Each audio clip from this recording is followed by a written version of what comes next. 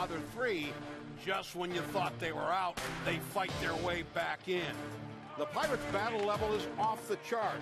After 2 highly disappointing losses in St. Louis, the Bucs have again battled back to take the next 4 and move to within 4 games in the loss column behind the Cardinals and get a bit more breathing room in front of the Cubs. So, as a reminder to all of us, just when you think they're out, forget about it. They're not.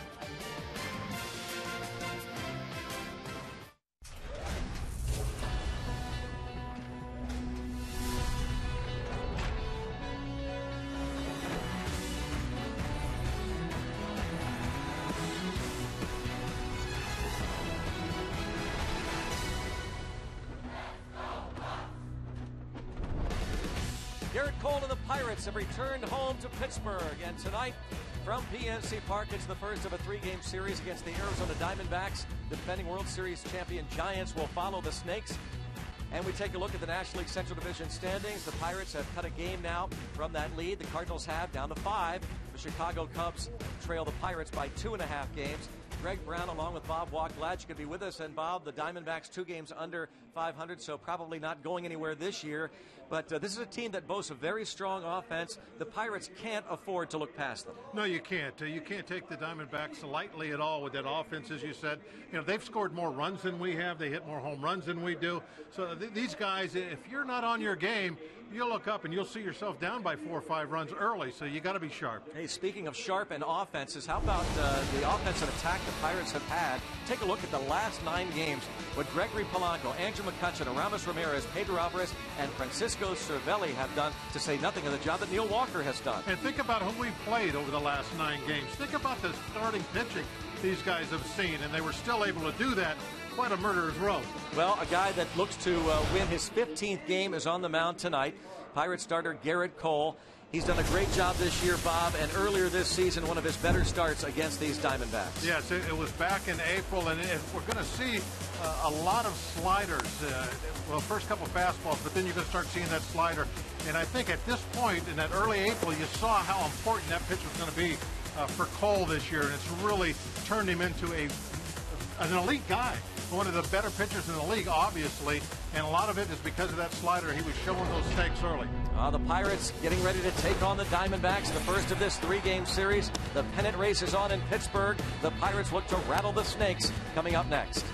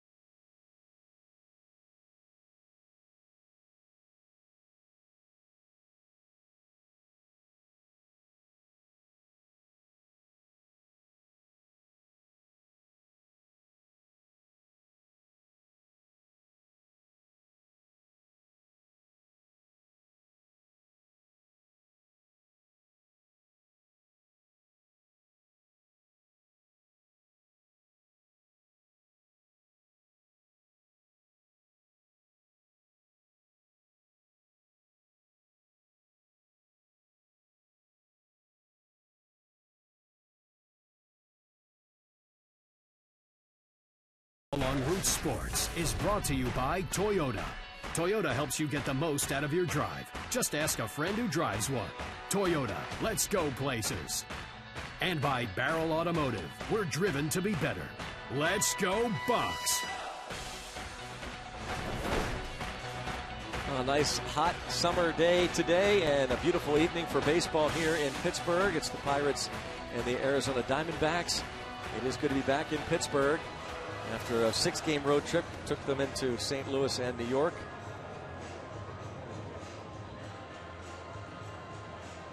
City's flag waves in the wind. We take a look at the Rivers Casino tips to win. Beware of their cannons, Greg. We talked about that a little bit in the open about the power and the offense that the Diamondbacks have, so they can clear some decks. Let's see if we can keep that in check and sail with Polanco the Pirate. Polanco the Pirate been definitely leading the way. And this man ready to lead the way, Garrett Cole, has some company now among the Major League leaders in wins. He and Michael Wacha and Madison Bumgarner in the National League. Dallas Keuchel and Felix Hernandez in the American League. 5 pitchers now with 14 wins. So Garrett Cole looks to get back to the top all by himself, and he will be facing this lineup. Chip Hale is the manager of the Arizona Diamondbacks. And he has Ender Inciarte playing in left field. That was a late change. Inciarte was in right. 14 games this month, hitting .435. A.J. Pollock in center. Paul Goldschmidt at first. David Peralta was in left up until about 15 minutes ago. Now he's in right. Wellington Castillo behind the plate. Jake Lamb, Chris Owings, Nick Ahmed, and Jeremy Hellickson for the Snakes. Inciarte plays everywhere. David Peralta will make his second start in right field this season. Take a look at the Garrett Cole numbers. Take a look at Cole's numbers. They are very good. Brought to you by Hyundai. As Greg said, he's got a little company now at 14. Hopefully he'll be able to push that one to 15. Garrett Cole will be looking for his second win this season against the Diamondbacks. Looking for his first win in August. This is his third start this month. Here's the defense behind him. Jung Ho Gung got a day off yesterday. He's back at shortstop. Brought to you by Honda. And Ramos Ramirez is at third. Neil Walker, Pedro Alvarez on the right side. It's Marte, McCutchen, Polanco, the familiar outfield alignment for the Pirates. And Francisco Cervelli catches Garrett Cole for a second straight time. The Pirates have said they want Cervelli to catch Cole on occasion and Chris Stewart to catch some others. Cole's ERA of .248 is 6th lowest in the National League. His 3 August starts in Cincinnati, he went 5 innings in a loss to the Reds. He had a no decision here against the Dodgers 10 days ago. Went 6 innings, gave up 3 runs. His last time out in St. Louis, gave up 4 runs, 3 earned, and 5 1/3. That was against Michael Wacha on Wednesday night. The defense we've been playing behind him last few games, not doing him any favors. It's costing him a lot of extra pitches. And the defense really needs to tighten it up behind Cole. Ramos Ramirez in on the grass at third. Made a couple of fine plays yesterday. And out in front of Ender Inciarte. No balls and 2 strikes. The 7th toughest man to strike out in the National League. Very impressive batting averages, especially the top 4 men in the batting order for these Diamondbacks.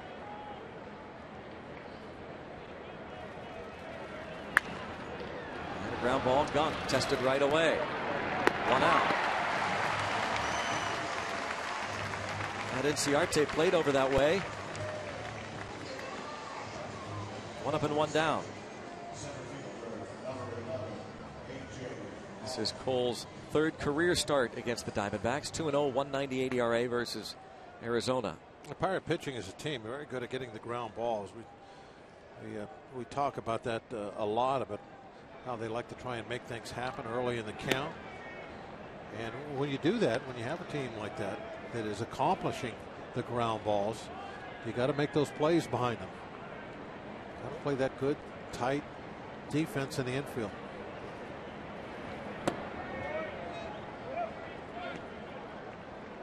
1-2 count on A.J. Pollock. He's riding an 8-game hitting streak. The center fielder, 6th in the league in hitting. His last 10 games batting at a .500 clip. Ball hit well toward right. Polanco is over, and it hits off the wall in fair territory, and Pollock will race to third.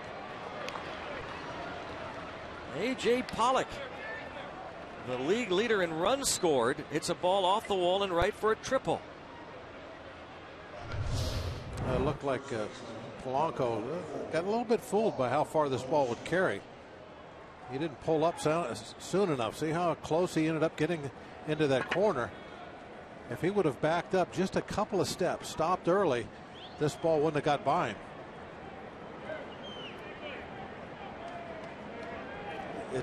You don't know what the ball is going to do. It could hit the fence fabric and just drop straight down. It could hit something hard on a corner like that one did and come right back at you on a quick hop. So you have to really be, you got to prepare, I think, for the quick hop, and then if it doesn't come off fast, then adjust and go get it. But he was a little too close to the wall, and the ball got by him, and when that happened, triple. There's a big test now. Paul Goldschmidt with Pollock 90 feet away in the infield back.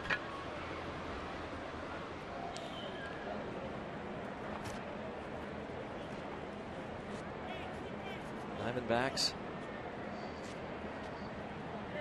tied now the league lead in triples. They lead the league in runs scored, a bunch of other categories. 1 ball, 2 strikes to count. A barrel automotive league leaders. This statistic, the top hitters in the National League in the first through the third innings. See the Diamondbacks with 4 players at the top of the list there. The Goldschmidt, Smiley Tomas, who's not in the starting lineup against the right-hander. Garrett Cole. Goldschmidt is just leading a bunch of categories. The major league leading hitter at 337. David Peralta at 345 with DJ LeMahieu and Ender Inciarte hitting 336 innings 1 through 3. You know, I think I remember that game in April, Greg. In fact, I think I may have had a tip to win about Cole being careful with Goldschmidt, and if I remember right, he went right at him. Well, you've got a better memory than I'll tell you that right now. I think he didn't pitch around him at all. Maybe it wasn't Cole. 1-2 to count. Paul Goldschmidt.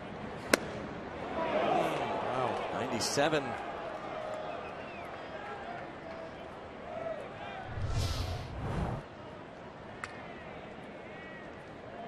Just tossed the plate away a little bit.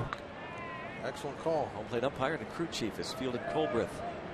The other umpires on the bases on the top of your screen there. 2-2 on Goldschmidt. And he strikes him out in a big K in the early going of this game. Garrett Cole striking out Paul Goldschmidt. How about that slider at 91, Greg? Wow, look at that movement. Look at the velocity.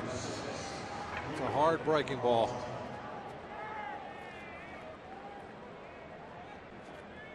Yeah, you got a guy at third, and 1 out, and Goldschmidt at the plate. You're a premier pitcher. What do? You strike him out.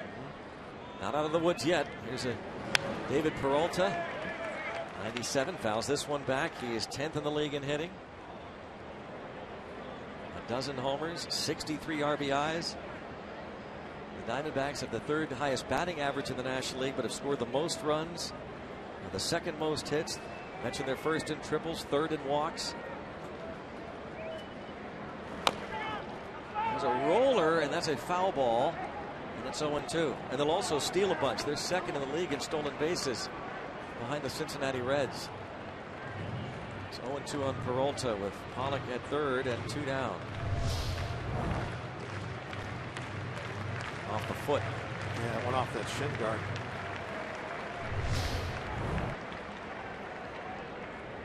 Oh, 0-2. See if Cole can get Peralta. We'll put it right where he wanted, right where Cervelli asked for it. Fastball up and away.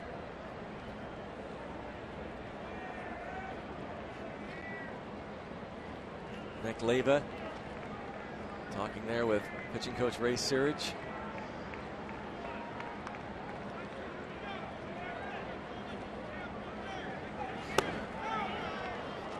.98. 2 of them in a row at 98. Cole has struck out 150 on the year after that punch out of Goldschmidt. Just under 150 innings of work.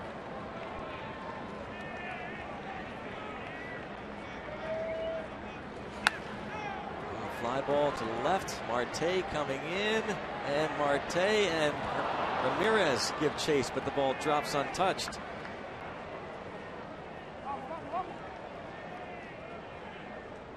Marte might have a shot of getting there on that one. Really a tough play for a third baseman. Racing down there, looking back over his shoulder.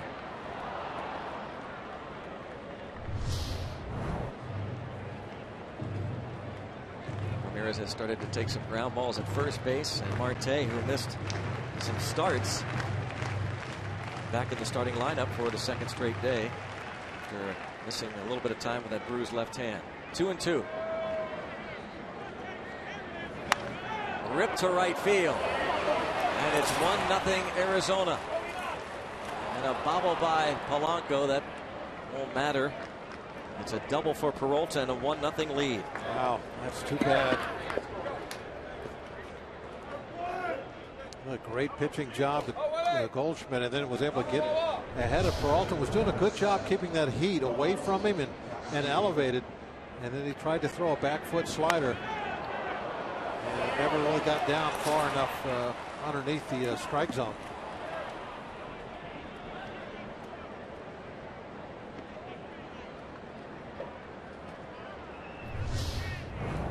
David Peralta might be one of the most underrated players in baseball. Cleanup hitter for the Diamondbacks. Among the league leaders in a handful of categories, including batting average. How many of casual fans would say, you know, name the top couple of offenses in the National League, would say Arizona. I mean, they're a team that's searching for some pitching, it looks to me. That's where it all comes down to with the Diamondbacks. Veteran Wellington Castillo, playing for his third different team this season, was traded from the Cubs to the Mariners early on and middle of May, and then dealt first week of June to Arizona, part of the Mark Trumbo deal. Paul Goldschmidt. Remember the last time these two clubs met, and see if this isn't a pass ball that just seemed to clank off the glove of the catcher Cervelli to allow Peralta to move up 90 feet. A little bit of cut movement on it, I think. 97. At that velocity, you don't have to miss it by much. If somebody's throwing a little easier, ball might hang up in the glove, might be able to at least knock it down in front of you, but at 97, 98, it just rips right through there. Now into left center field, that's going to get down. It is 2-0. And Wellington Castillo collects his 36th RBI and a 2-0 Arizona lead. Yeah, nice job by Kutch, turning what should have definitely been, especially with 2 outs, into a double, into just a single.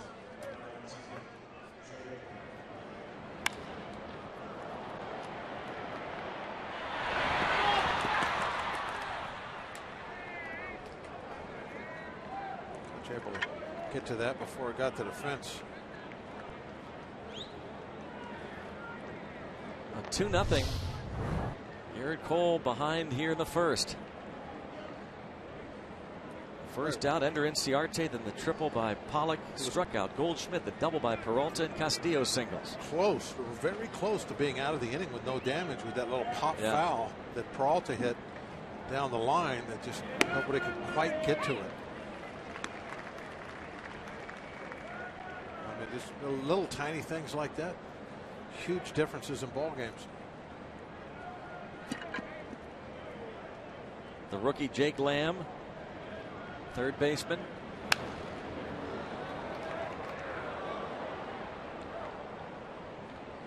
To the count to the Diamondbacks minor league player of the year last season. Missed almost 2 months this season. The left foot stress reaction. Stress reaction? Is that just shy of a break? I was going to ask you that. You ever had a stress reaction? Just this side of that. Yeah.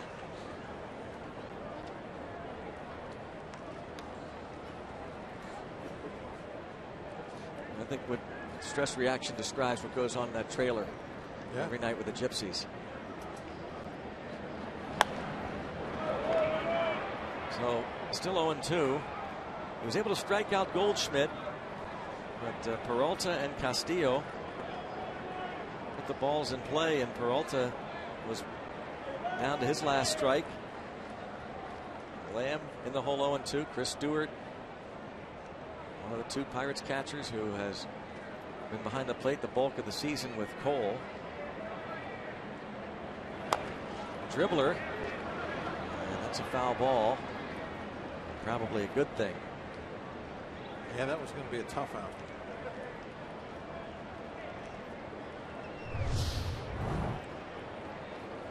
And just to be sure, it's foul. Allegheny Health Network Supermo.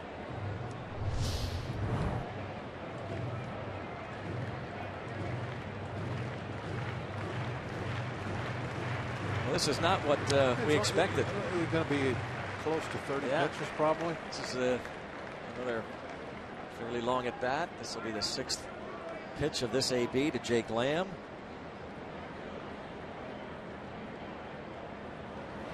And another foul. So Cole getting a little bit frustrated. He can't put these guys away. They're doing that great job with Goldschmidt.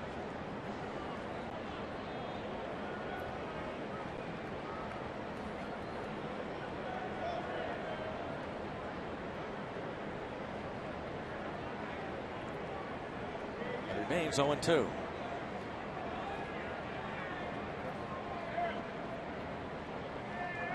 The Diamondbacks actually do strike out a fair amount. Only 3 teams in the National League have struck out more times than have the Diamondbacks. 1-2. 7 pitches this at bat to Lamb. And this will be pitch number 30.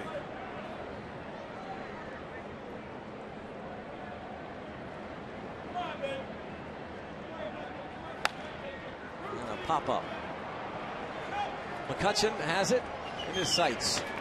So early work for Arizona. One of the top offenses in the league. Scores twice in the first.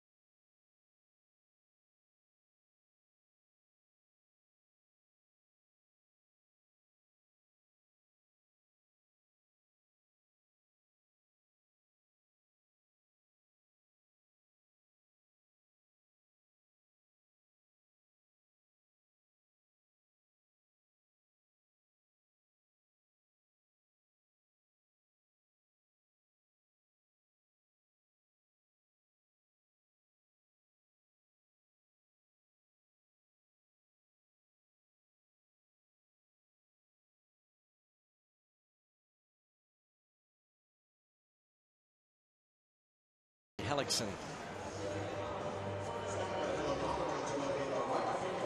Toyota starting lineup for the Bucks. Gregory Polanco having a great August. Will be followed by Starling Marte and Andrew McCutchen. And Ramos Ramirez, the cleanup man. Jung Ho Kang back at short. Neil Walker will follow. Then it's Pedro Alvarez, Francisco Cervelli, and Garrett Cole.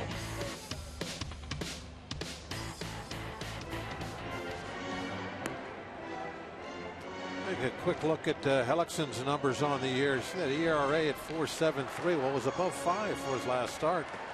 Last one very good. He went 8 innings and no earned runs. So he was able to take a quarter point off that number. He would love to work it down into the lower 4s by the end of the season. See if we can delay that. Ender Inciarte in left. He's played everywhere, as we mentioned earlier. A.J. Pollock in center, and David Peralta making just his second start in right field this season. Jake Lamb, Nick Ahmed on the left side, Chris Owings, Paul Goldschmidt on the right side, and Wellington Castillo catches the former Tampa Bay Ray. Jeremy Hellickson was traded over the winter to the Diamondbacks. Former 4th round pick of the Rays. Second time the Pirates have seen him this season. Ball 1.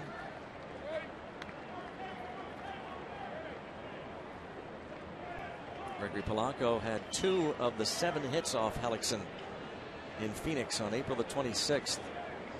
He lasted 4 2/3. 2 balls, no strikes. Jeremy Hellickson.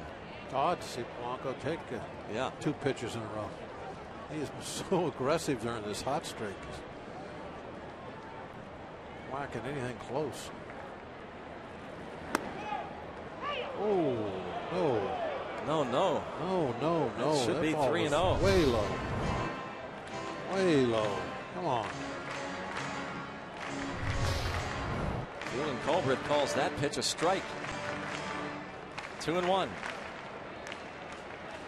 10-game hitting streak for Gregory Polanco.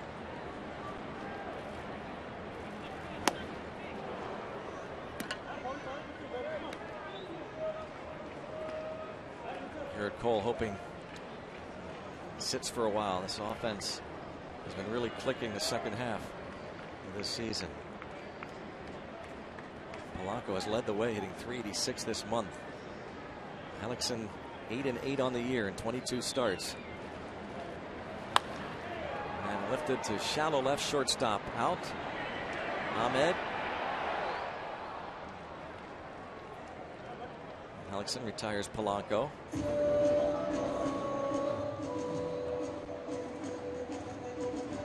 Now Gregory Polanco is retired on the pop-up on the 2-2 pitch. Now Starling Marte.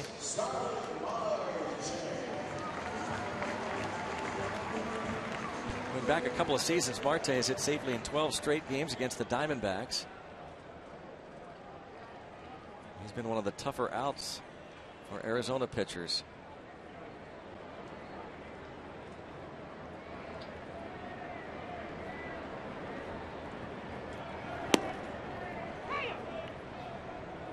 Got Jake Lamb's attention. 0-1 on Marte.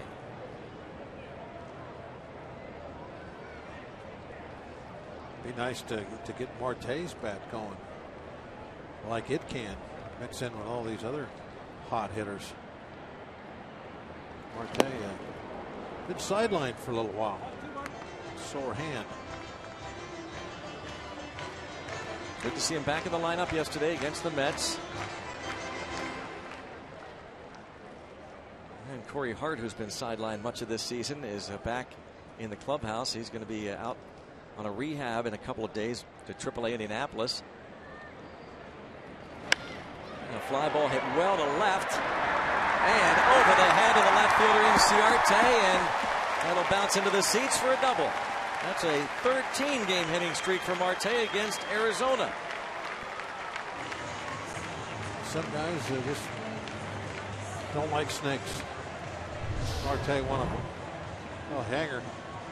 Not really that bad. I thought that was up a little bit further than that. A little above the knees. Marte liked it. Sent it on its way. And with nice the help of that bounce, there. Ready for it. Look at the look on his face. Is that the greatest reaction of all time? Oh, my. Look at that. And his buddy with the cold jersey. Wow. That is awesome. Allegheny Health Network Super Bowl. The game's just starting for those two guys, too. They're going to have a great night. It's the game within the game here at the ballpark. As Andrew McCutchen takes a strike. And now they're already, of course, on the phone talking to their buddies. Yeah, we saw you. Yeah.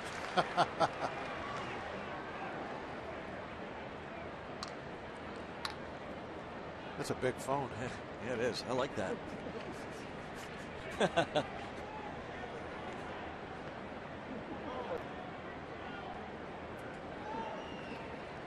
got a big phone. I'm going to have to get me one of those. Yeah.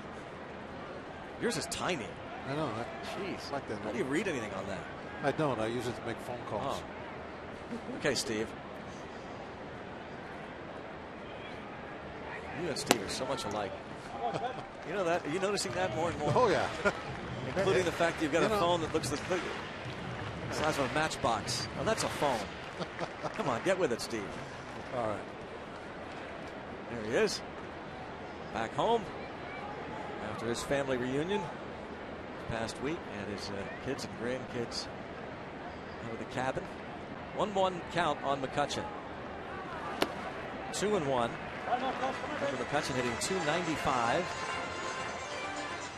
And again, the last time these two clubs met, you remember Paul Goldschmidt got hit. It was a 4-game series in Phoenix early August. Ernesto Frieri hit him, broke his hand, and the next day they waited until McCutchen's last at bat. They hit him on the back. Last time they met last summer, they actually met earlier this year, and there was no incident.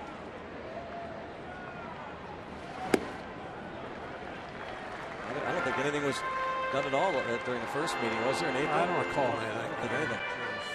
I think it's over with now. Yeah. New manager now for Arizona, Kirk Gibson. You know, is gone. For me, sometimes it's hard to take that stuff even to a next series, much less into the next year, because there's personnel changes. Yeah. How long can you hold a grudge? Yeah.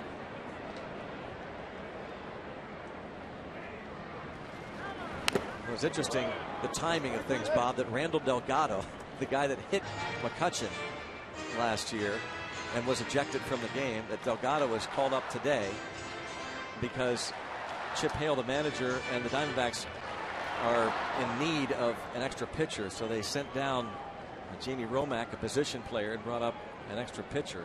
You got a lot of games with just one day off over the next 3 weeks or so.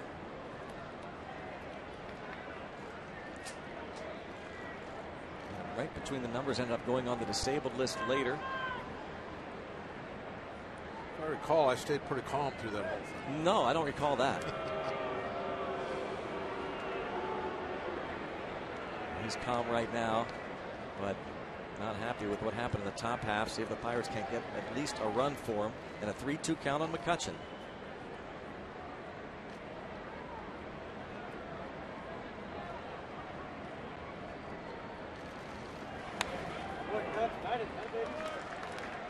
Earlier this season, McCutchen walked twice and singled against Jeremy Hellickson. McCutchen is 4th in the league in runs batted in. The sun, as it sets over Jeremy Hellickson.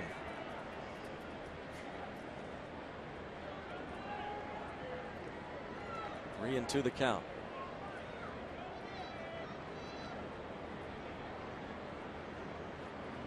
And he strikes out McCutchen. 2 down.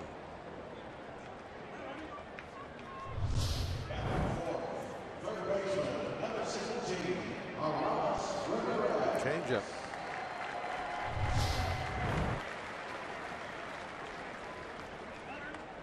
Behind us. Sun's a setting.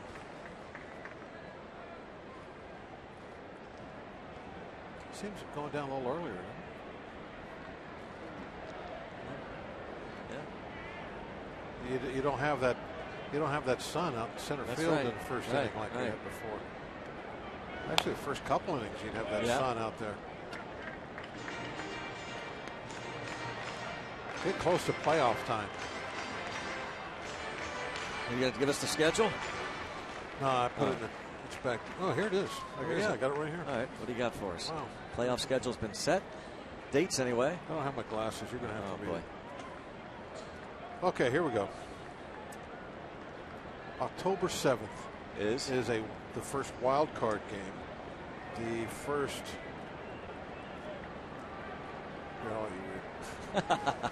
Let's see if Ramirez can drive in a run here. Ramos Ramirez now with 13 RBIs since.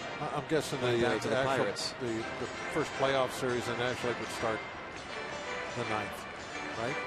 If the wild card game's the 7th. Yeah.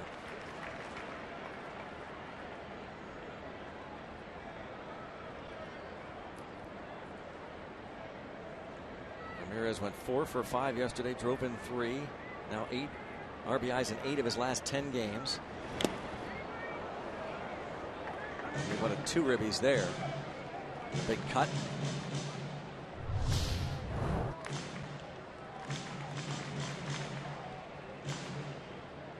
Ellickson has given up 18 home runs in 22 starts. He really slows the pace down when runners get on base. Marte doubled with 1 out. He's ahead of Ramirez. 1 ball, 2 strikes.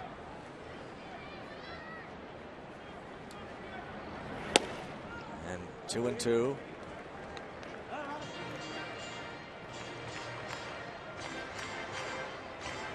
Ellickson has allowed 65 earned runs. That's tied for the 9th most in the National League. Mike Harkey is the D-backs pitching coach.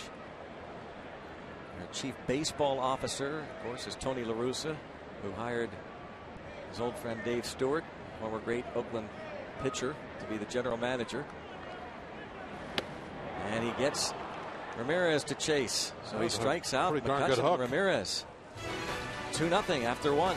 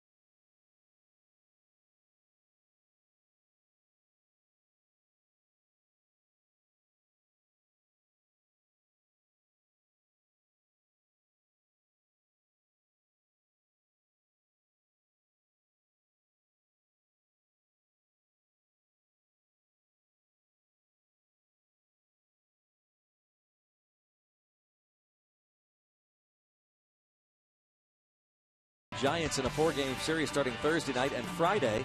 First 20,000 fans will get a t-shirt, compliments of Allegheny Health Network. The fun begins on Federal Street with a Friday night block party. That's presented by Barrel Automotive. Live entertainment, food, and of course the Leinenkugel Bar. For tickets, go to pirates.com/free-shirt-Friday. Here in Pittsburgh, the first of the 7-game homestand. And the Pirates 5 back of the Cardinals in the National League Central. The Cardinals are hosting those Giants tonight. Chris Heston for San Francisco against Michael Wacha.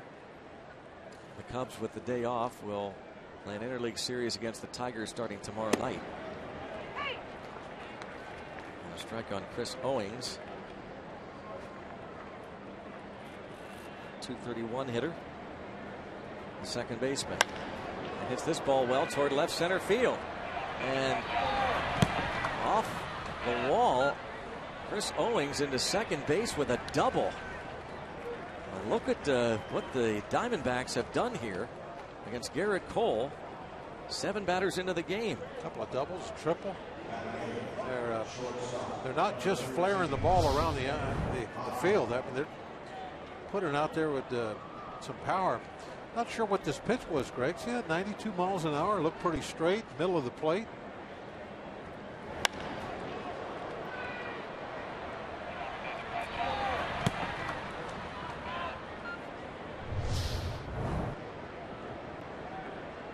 .20 doubles for Chris Owings.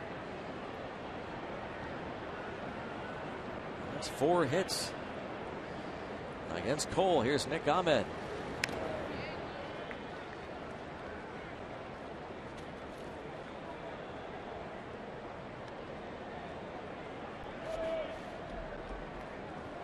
A foul ball off the catcher.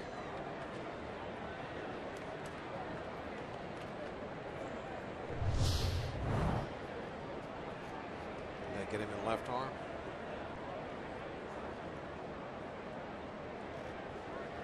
Those catchers get beat up, don't they? Got him inside.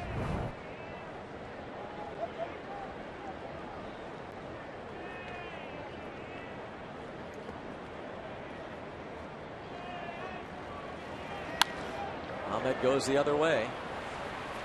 And Blanco will make the catch. That will runner over. Move the runner to third.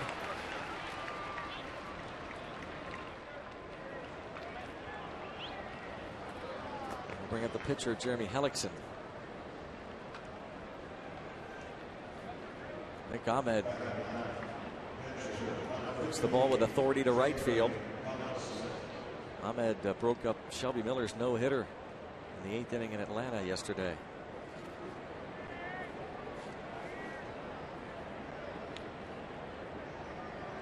Infield in. For Hellickson himself, it's not a bad hitter. He's driven in 6. Has a sacrifice fly. Has been hit twice.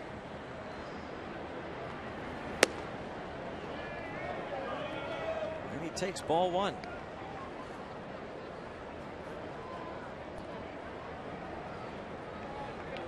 .35 at bats. Just 13 strikeouts.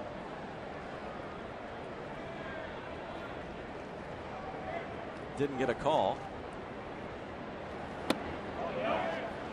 2-0.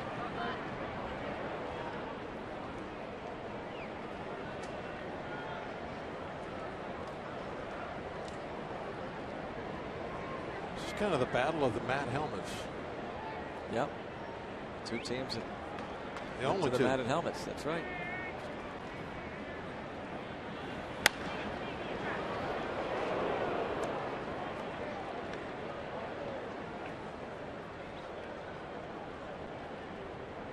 Ours, and nothing shiny there. Diamondback helmets, same way, dull finish. Everyone else, they're all polished up. 2-2. All right, now throwing that slider you threw Goldschmidt. He's been 2 strikes on some hitters here, but has not been able to put them away other than the Goldschmidt at bat. Right faces his mound opponent.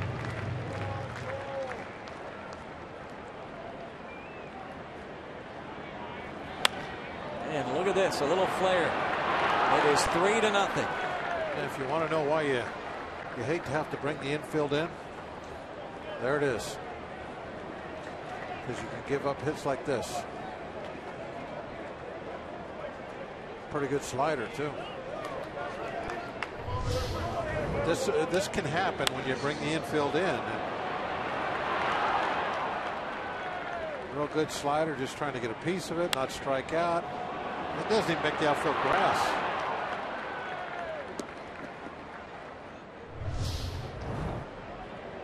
Seven RBIs on the year for the pitcher Jeremy Hellickson. He's a Gold Glover. He can do a lot of things besides pitch. Does a lot of things to help himself. Double play ball, 4-6-3. And another run heading to the bottom of the second.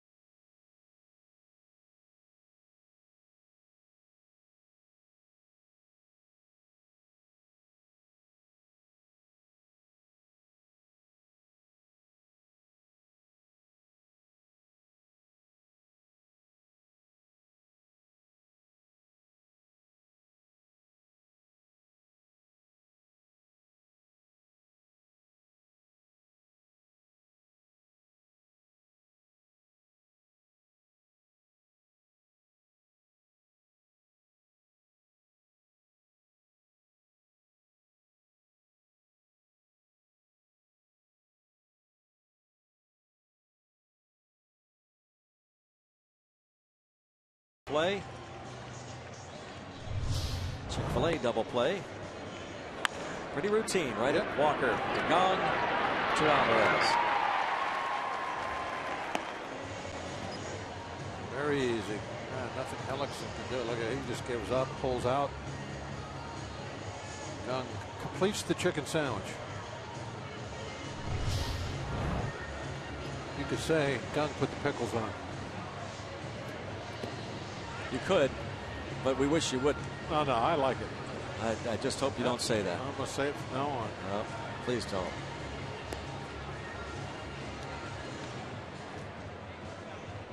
Remember, got to be careful when you put those pickles on. Why is that?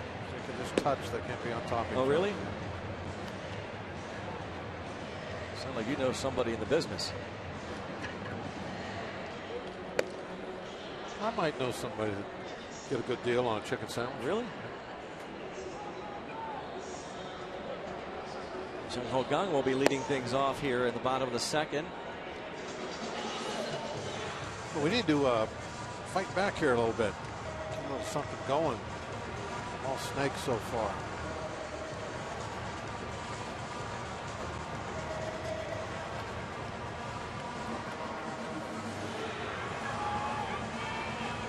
Here is the man from South Korea, Jung Ho Kang, who got the day off yesterday.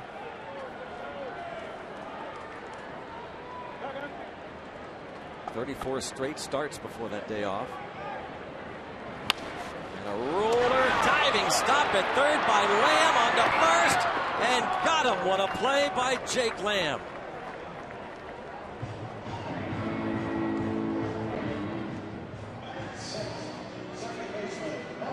Yeah, a lot of times you see these plays, Greg, and you think, okay, he's got it, but now he's got to make the throw, and that's not going to be very easy. Hard to rush something like that when you're laying on your stomach. You good chance of pulling the first baseman off the back. Goldschmidt just had to reach a little bit. Get the out. Nice play. The other thing these Diamondbacks do, very strong defensively. They're missing the pitching. Strike on Neil Walker. Coming right at you.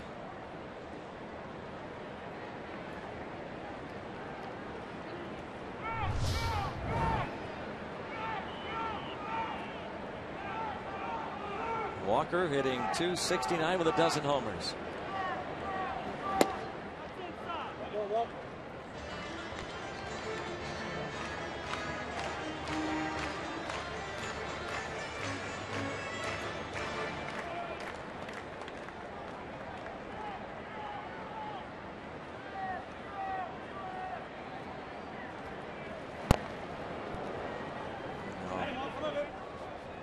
2 strikes on Walker. 7 for 13 in the series earlier this year in Phoenix. Look out. Got him in the ear. Thought he would have been able to hear that coming.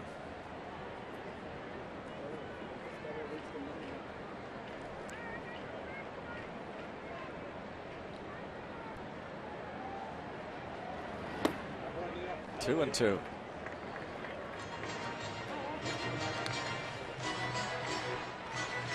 Two balls, 2 strikes.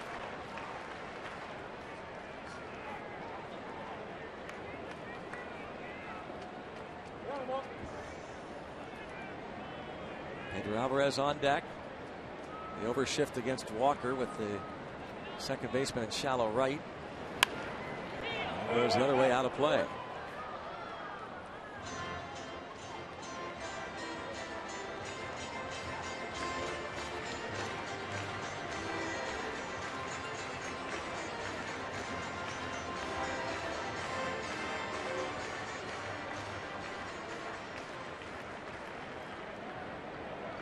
Grass out there to have to cover with 3 guys. Tried to help him out, move the second baseman out there a little bit. Hellickson strikes out. He's showing up his real, third. Real good curveball tonight.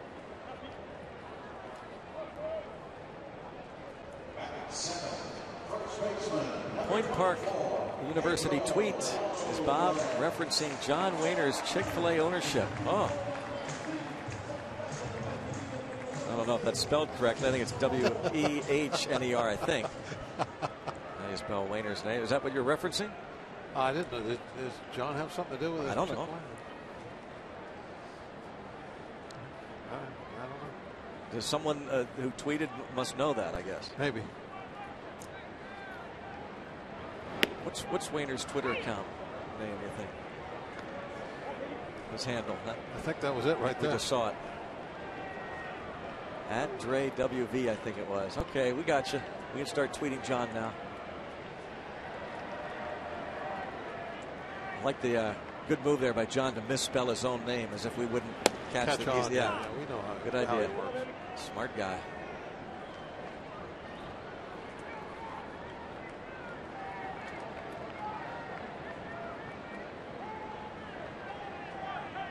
Alvarez had 3 homers on the road trip. Went deep yesterday for the 18th time.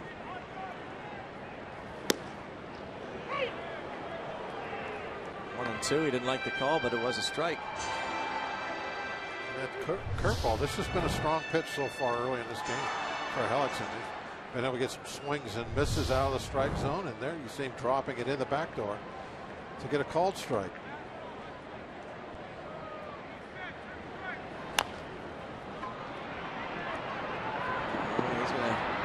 Continue along the first baseline because you never know.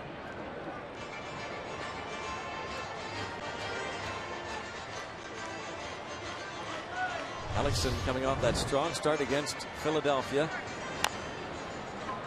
Almost got Alvarez on the dribbler. I kind of thought Hellickson would pick it up right away or kick it like what we saw Cole do, but he kind of like just stood back up and let it keep rolling. At that point, if it rolls into fair territory, it might be a base hit.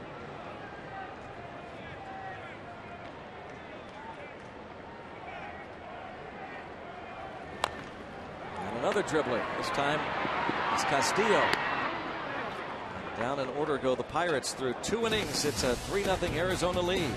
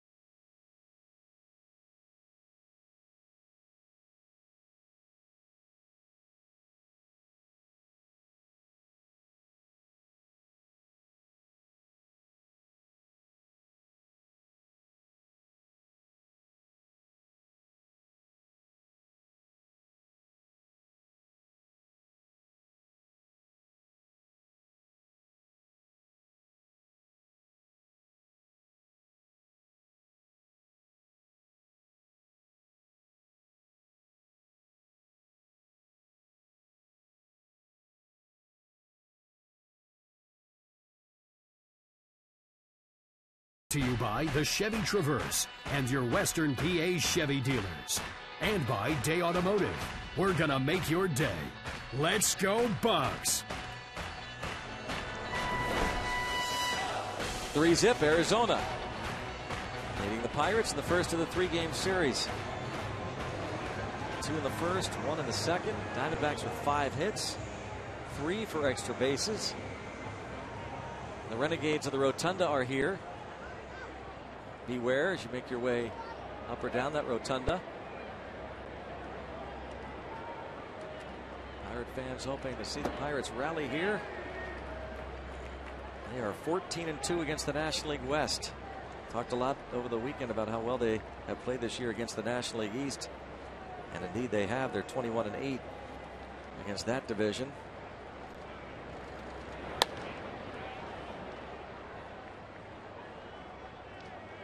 Couple of strikes on A.J. Pollock. He tripled off the wall in the first inning after one was out. That's a 9-game hitting streak now for him.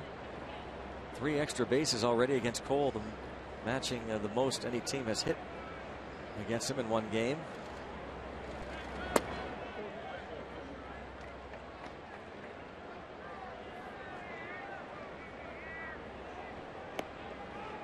Three of his hits that he's given up tonight come off sliders, which is, in my mind, a little unusual. He has such a good one. It's been an outstanding pitch for him this year. Oh, there's a little fastball paint right on the outside corner.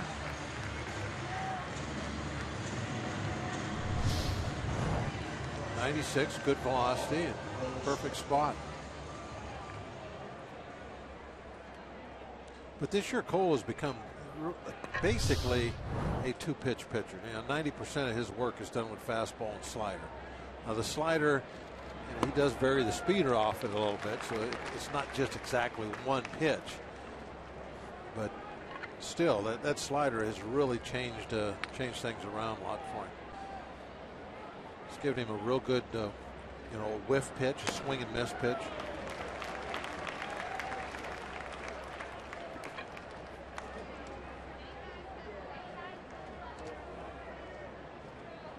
Struck out Goldschmidt with a runner at third and 1 out in the first.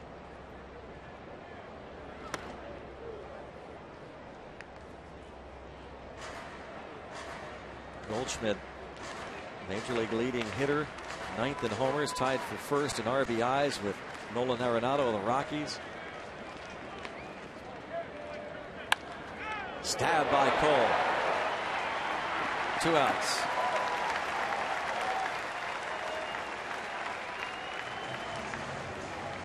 Well, he's handled Goldschmidt, the real dangerous guy in that lineup. They probably put in a lot of thought. He struck him out and a little tapper back to the mound. And after he struck him out in the first, he gave up the double to David Peralta.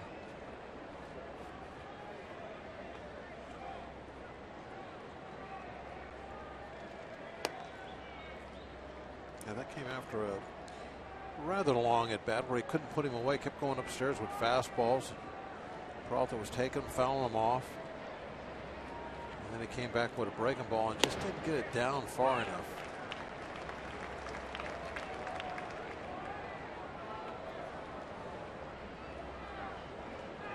Checking on Peralta was fielding Colbreth, and now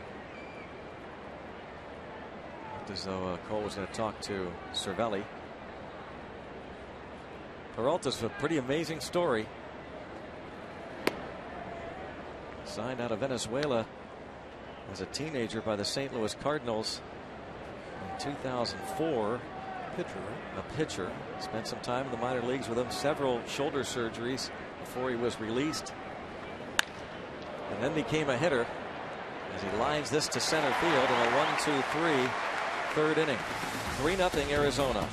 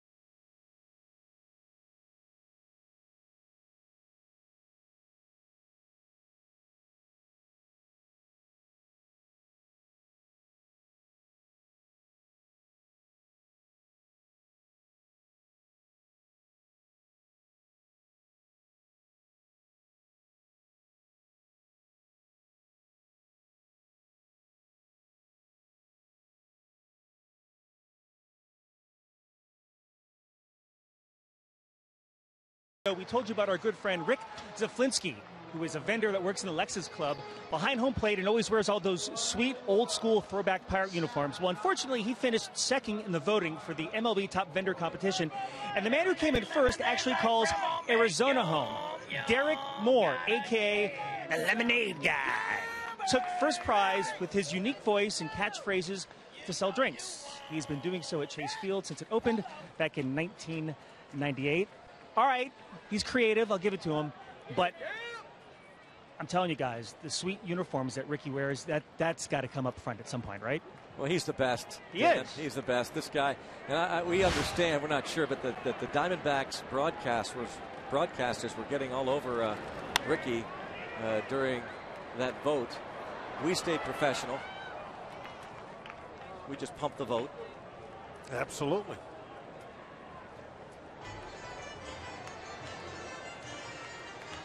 We've always run a clean campaign.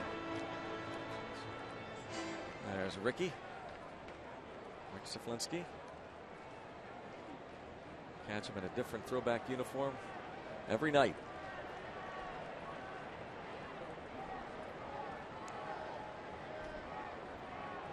Francisco Cervelli, count of 0-1, Garrett Cole on deck.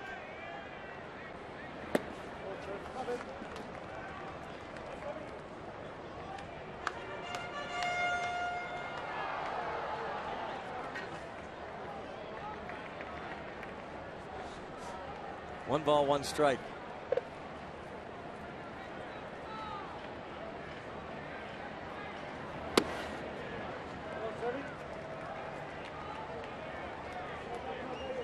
Francisco Cervelli, that average over 300 last 9 home games, hovering around 500, 485 batting average at home his last 9 games.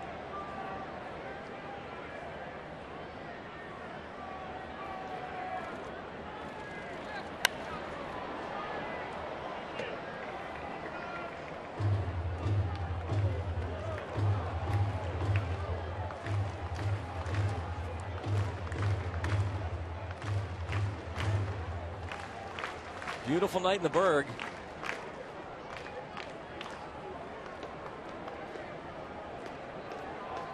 Bucks down early to the Diamondbacks. Gloves on tonight.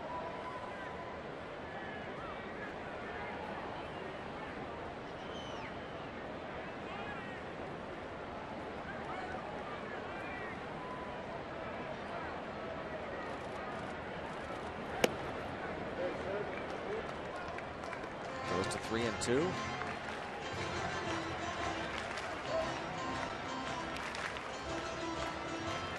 Hellickson did not walk a batter against the Phillies in 8 innings.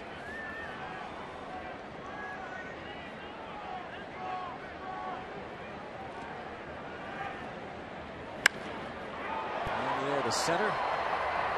Pollock.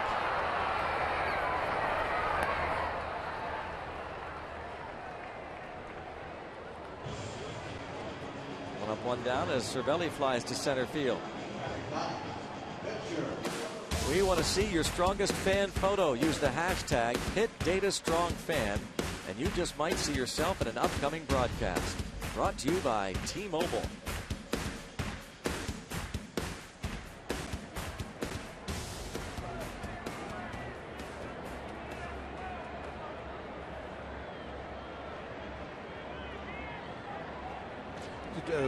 Pictures of your pet, do they count? Oh, yeah. We saw a picture earlier, someone trying to get one, take one, that I thought could have turned out really, really well. On a boat with a dog, Jolly Roger behind the dog, in the stadium behind that is the backdrop. Well, maybe that's what they're doing. We will see that later. I would love to see that picture. That would be a great shot.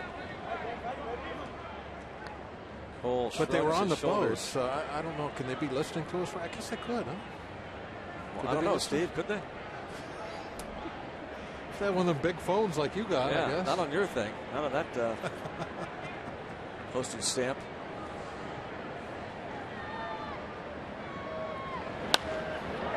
Pull the other way, but over to make the catch is Peralta.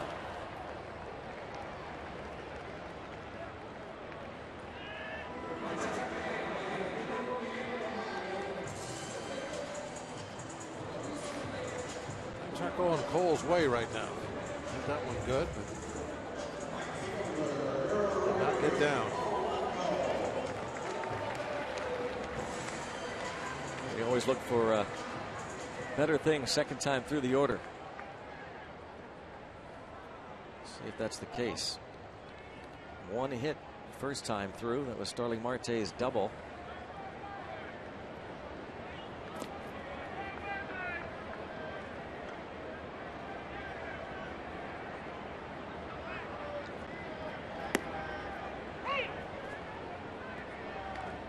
Another pitch that Hellickson gets with Polanco at the plate.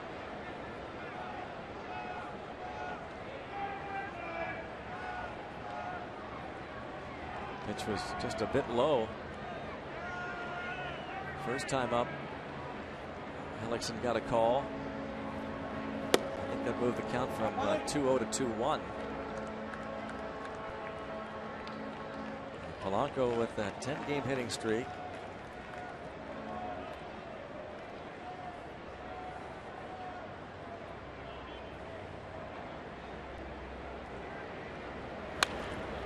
Broken his bat, driving it toward the right, and a foul ball.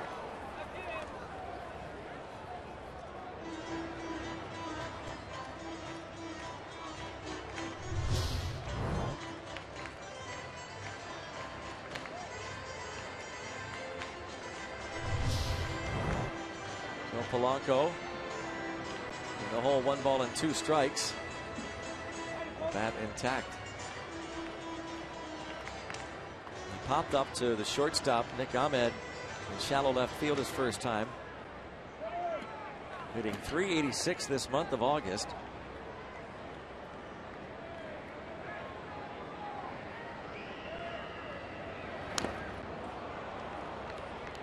Foul, tipped it.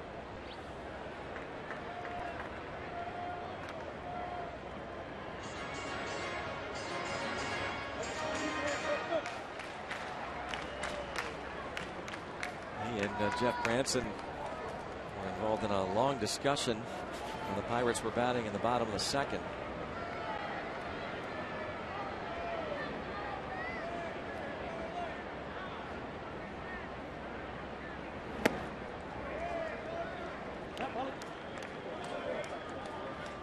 Nice long at bat. Cole time to rest.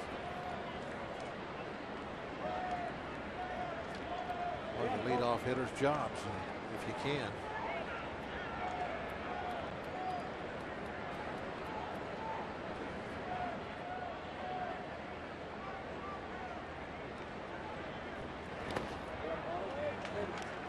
Now a 3-2 count. Curveballs that a lot of the other guys having a hard time laying off. And Hellickson approaches 50 pitches. The Pirates did a nice job yesterday of working Matt Harvey, even though he gave up just the 1 run on the Alvarez homer, left after 6, and then they went to work on the Mets bullpen. Ended up winning the game 8-1.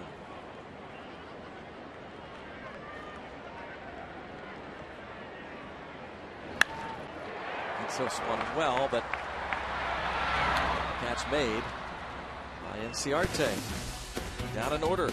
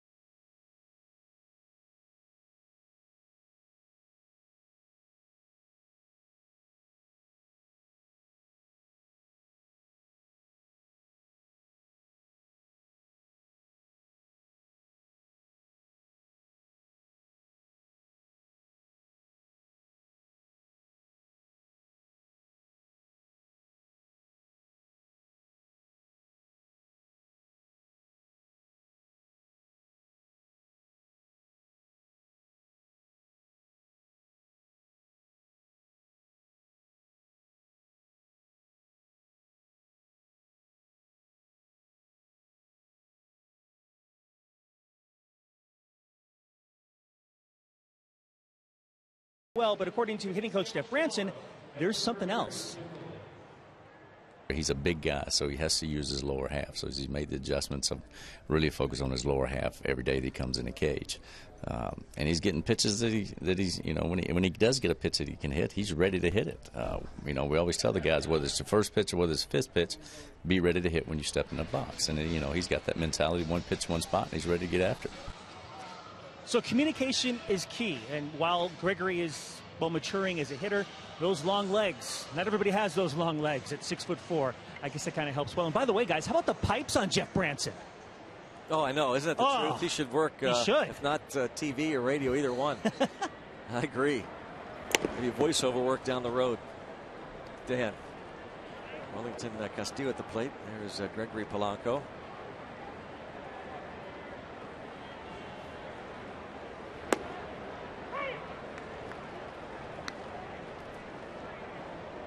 Castillo singled in a run in the first. Veteran catcher. Hit that ball pretty well into the gap. Kutch was able to cut it off and hold him to a single.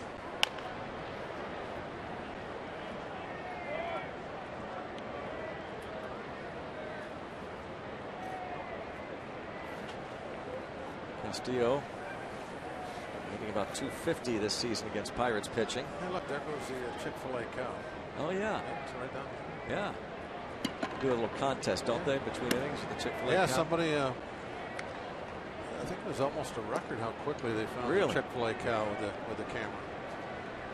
There it is. Chick-fil-A cow. I think John maybe is in that suit. By the way, I got a text. It's not John. John doesn't have a Chick-fil-A. It's not John. Oh, somebody named Brandy. Somebody named Brandy? Yeah. Okay, somebody named Brandy has a Chick-fil-A restaurant, huh? That's all you know about it? You got a text from someone? I got a text, yeah. Yes. Brandy's a restaurant, not John's. Okay. That straightens it out then. No, we needed to make that correction. Yes, great. Even though that wasn't us that said that. No? It was somebody that sent a text that didn't know how to spell John's name. Oh. By the way, Brandy spelled John's name the same way.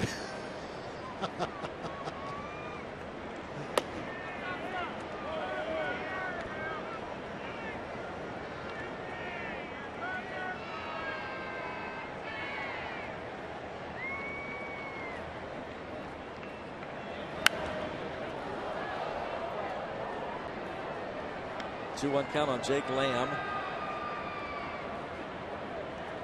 Fly to center field in the first. On the phone and made the catch.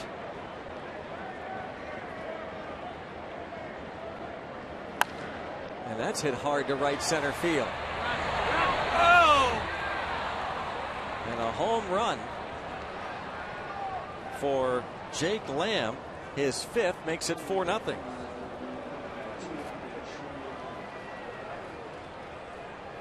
It didn't clear by very much, did it? Doesn't matter though.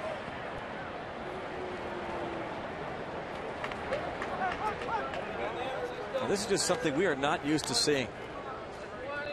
As good as this offense of the Diamondbacks is, the way they're hitting Garrett Cole, the Pirates are going to ask for the crew chief to review it. Yeah, it's a home run. That fan missed the catch. Yeah, it went right through his hands. Right through his hands and into the stands.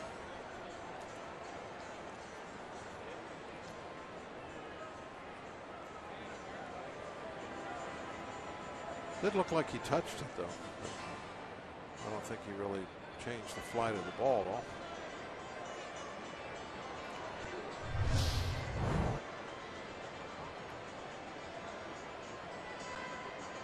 It looked like he wasn't even reaching over the yellow line either.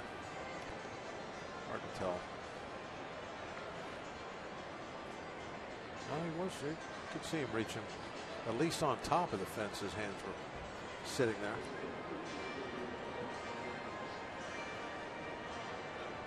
Crew chief review. That guy came up and swiped it from that fan. Yep. Fielding Colbreth, the home plate umpire. Got to have quick hands out there. Yeah. It is going to be 4-0 with one out in the 4th inning.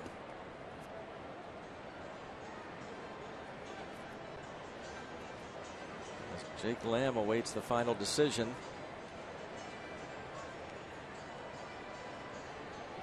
Second base umpire Manny Gonzalez there on the headset with Field and Colbreth.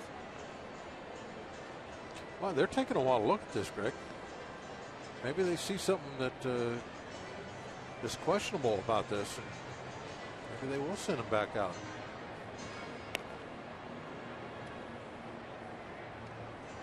I always think that the longer it takes, the better chance you got to be an overturn.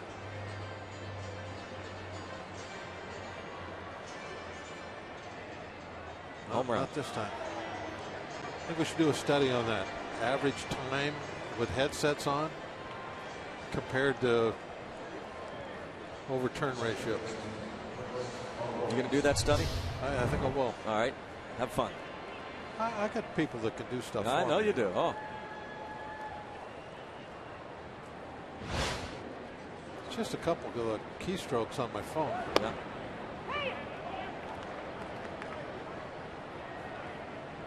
Just a press of the talk back button. Jason, look this up for me. You know there's a database somewhere that has that exact information. Well, can you figure out what it is here about Garrett Cole tonight? Is there anything that stands out? Nothing that really stands out. I know that some of his pitches that have been that have gotten hit hard have been maybe not right down the middle, but they've had really good part of the plate. But then again, with his stuff, most of the time he'll get away with more of those than the average guy. Strikes out Chris Owings. Owings had doubled and scored in the second. And also, Greg, I think you mentioned this right at the very beginning during the open. These guys got a heck of an offense. So you got to give them a little credit too.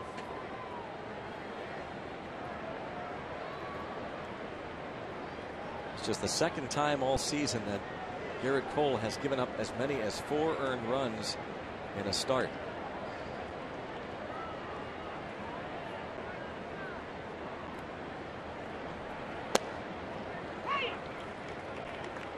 Breaking ball to Ahmed, strike.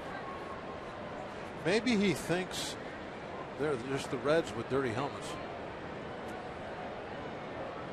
You can't get the Reds out.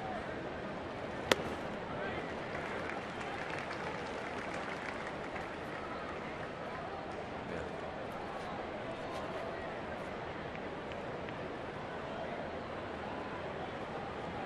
0-2.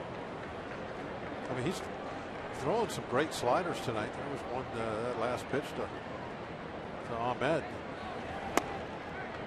You commented on.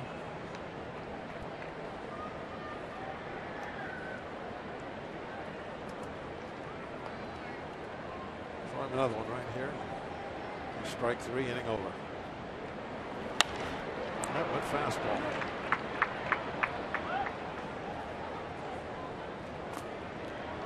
Seven hits.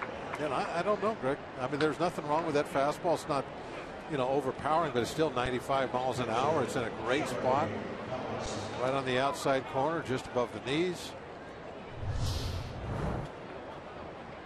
And it becomes a line drive.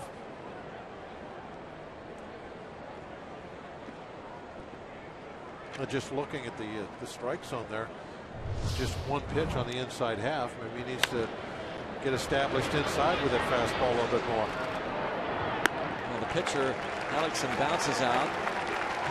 Jake Lamb homers. It is 4-0.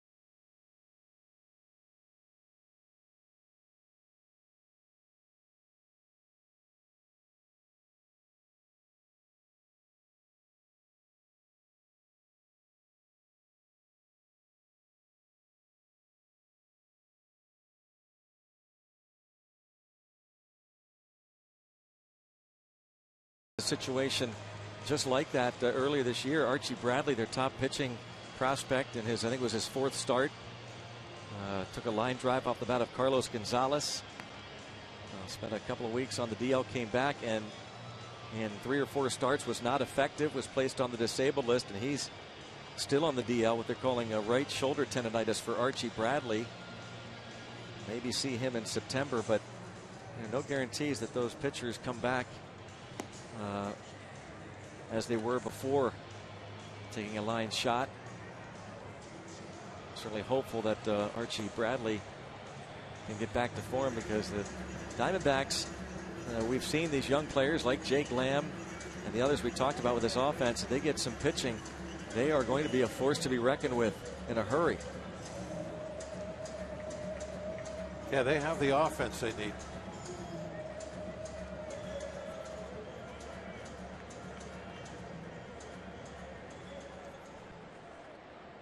Black and gold there, and in the middle of it, you can tell who's from Arizona. Yeah. Marte, Pirates down 4 now.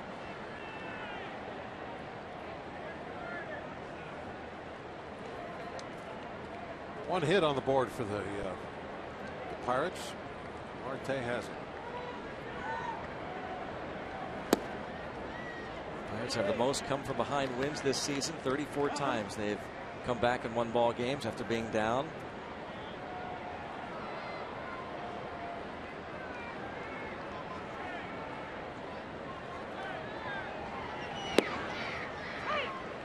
Marte owns the only hit.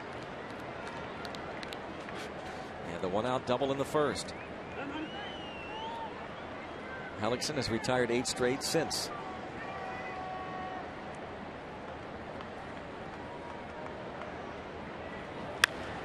And there's a pop-up.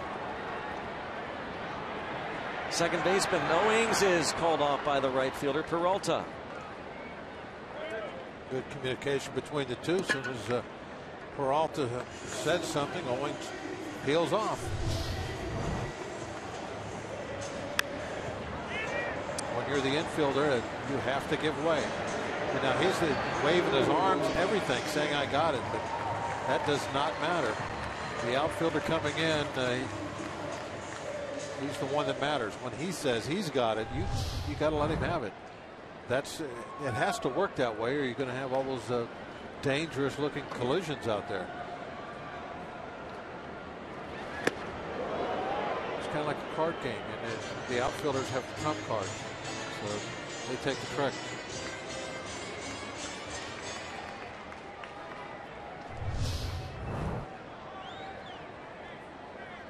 That was a curveball that I think Kutch thought it was going to hit him, and then it broke just past him.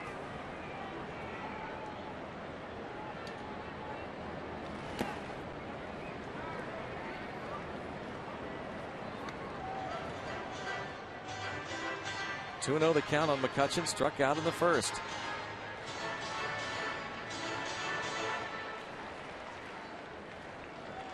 I think that first pitch might have hit McCutchen, might have clipped him on the elbow, and I think he asked Fielding Colbreth about it.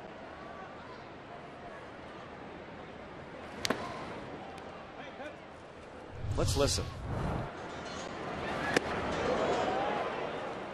Yeah, that hit him. He definitely showed him the elbow. Didn't get the call though.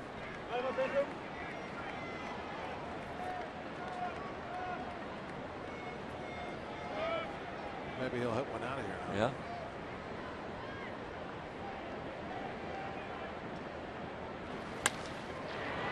Rounds to the second baseman. They have him over on the left side. It's Owings to Goldschmidt. Follow the Pirates wherever you are with MLB.com at bat, the #1 app for live baseball. At bat is up to the moment at any moment with in-game highlights, live look-ins, replay reviews, radio broadcasts, StatCast, and more. Get MLB.com at bat for your smartphone or tablet.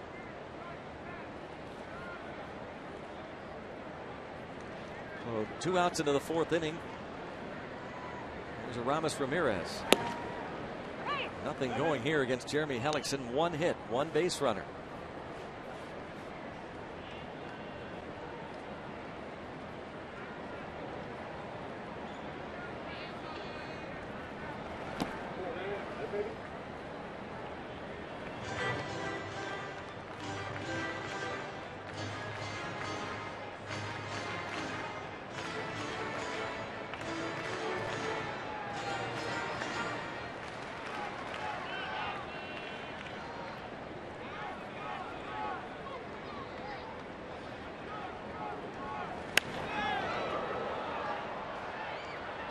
Well out in front, 1 ball, 2 strikes on Ramirez. 1 of 3 strikeouts for Hellickson. Ramos Ramirez became the 6th Pirates player in the last 50 years, age 37 or older, to have a 4-hit game. Roberto Clemente, Jose Pagan, Willie Stargell, Bill Robinson, and Jeff Rebele, the others.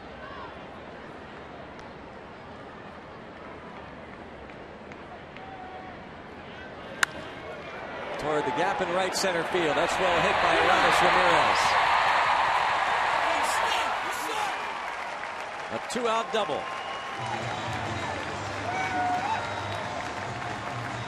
Ramos making the adjustment after being too quick, a little fast on the off-speed pitch. It was inside. He pulled it into the seats, so now he's going to stay back and look to the opposite gap. Gets the fastball that's elevated a little bit away from him, which is just the perfect thing in that situation for him to hit.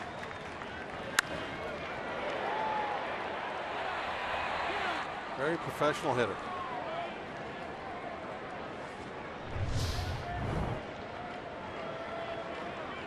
.23 doubles overall combined with the Brewers and the Bucks, and his 5th with Pittsburgh, now in 19 games.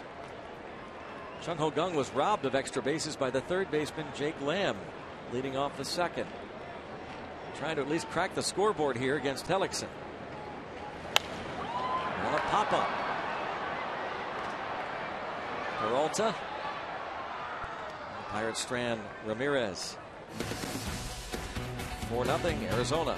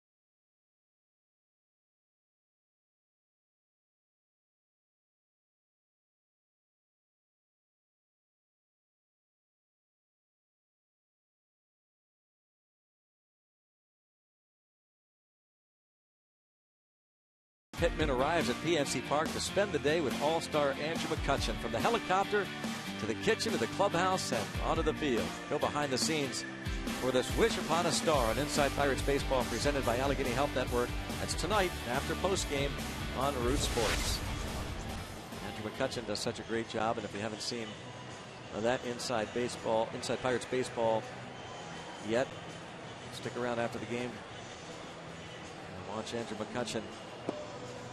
Does a lot of great things other than just hit the heck out of a baseball, doesn't he? I still think back to one of the great memories of this season for me is 2 kids in San Diego. Remember that? Yeah. Oh yeah. It was that went viral. What a moment. Yeah.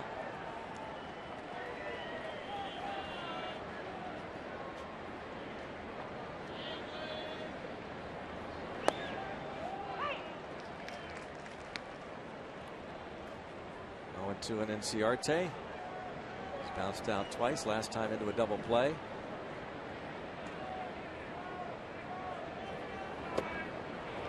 There's a strikeout. Number 4 for Garrett Cole. Day Automotive this day in Pirates history. Go back to 1990. August 17th. Pirates swept a doubleheader from the Reds.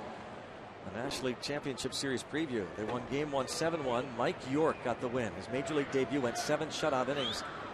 On offense, Wally Backman had a couple of doubles, a couple of ribbies. Bobby Bonilla, a solo homer. Game 2, they won 4-3 with 3 solo homers, one each. Bobby Bonilla, Jeff King, and Jay Bell. John Smiley would outduel Tom Browning for the win.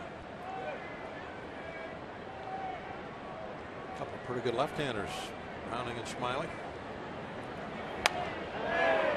Yikes, that went into the seats very quickly.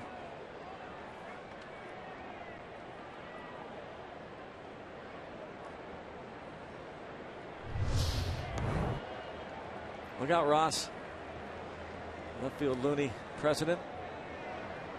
Ross Rooney with the hat looking back.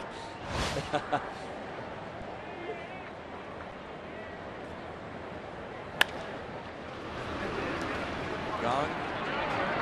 2 outs.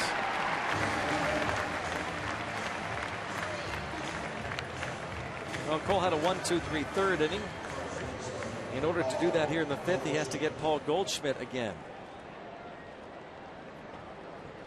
He has struck out Goldschmidt and got him to bounce back to the mound.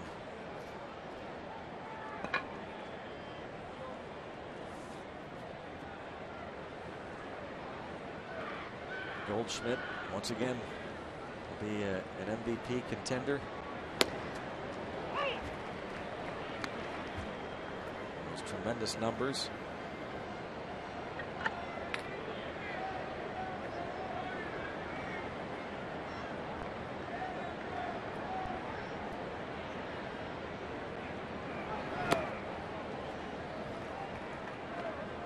Do you think an MVP needs to be on a team that goes to the postseason?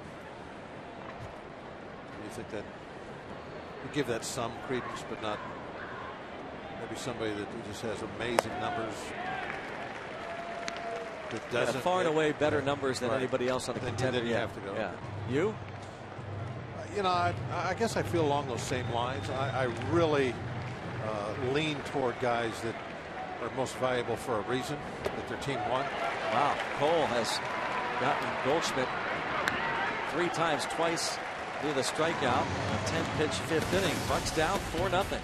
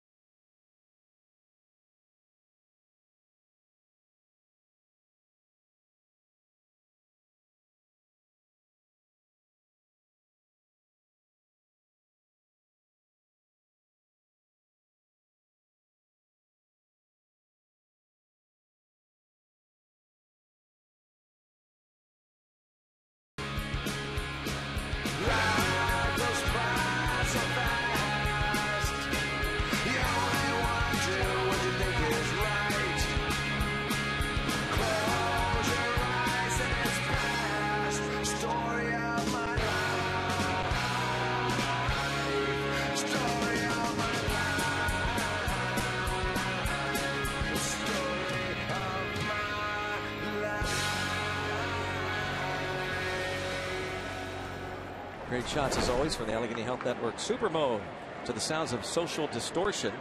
Neil Walker leads off the Pirates half of the fifth inning, down 4-zip.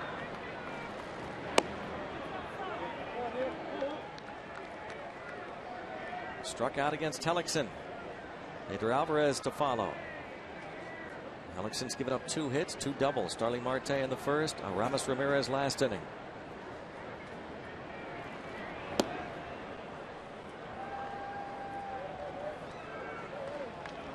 Traded over this winter from the Rays. There's Paul Goldschmidt, who looked like he was grimacing a bit as he's jogging down the first baseline after striking out. When he got to the back, kind of bent over, was taking his gloves off, and certainly looked like he was in a little bit of pain about something. Just handed the gloves and the helmet off. Right here, right, watch. You could see it doesn't look comfortable. And then even after he got all this stuff taken off, he made another kind of a face like he was hurting a little.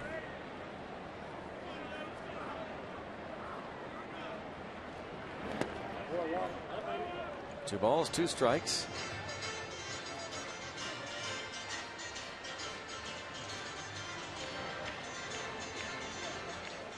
I think there's something going on with him, Greg. Yeah, he's bent over again. I wonder if that's a back issue. I wonder if he's not feeling well. Well, that could be.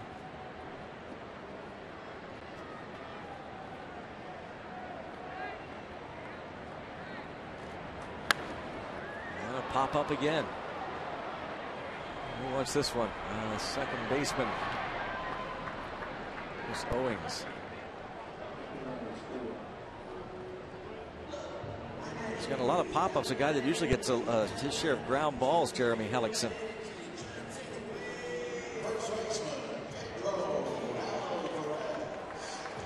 Seven fly ball outs for Jeremy Hellickson.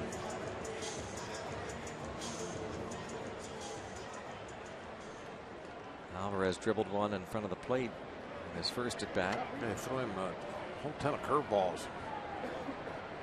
Topped a couple, foul, and then topped one out in front of home plate.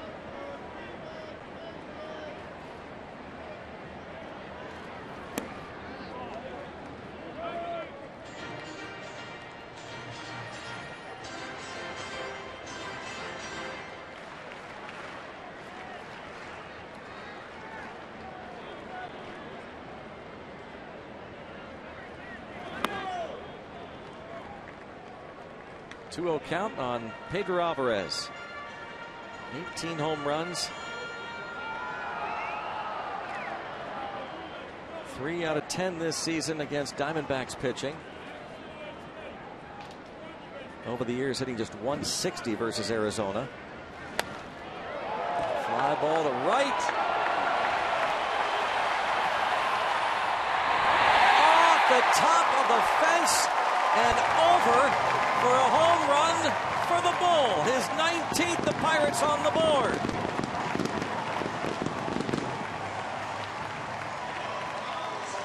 Yeah, threw him another curveball. He didn't top this one. The Golf Building celebrates.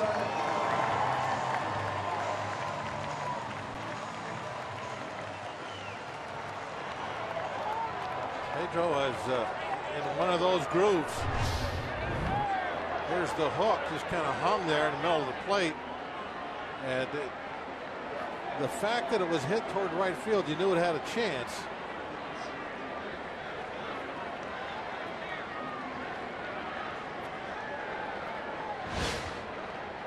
Didn't make it by much, but when you hit it to right, the main thing is to get that height. And that one had all of that.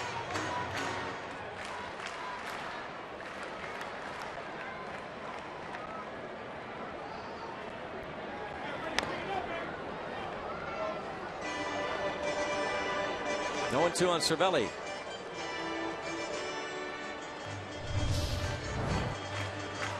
Look how high that was. Wall's 21 feet high. See, that's the thing. It's not very far away, but you got to get it way up in the air.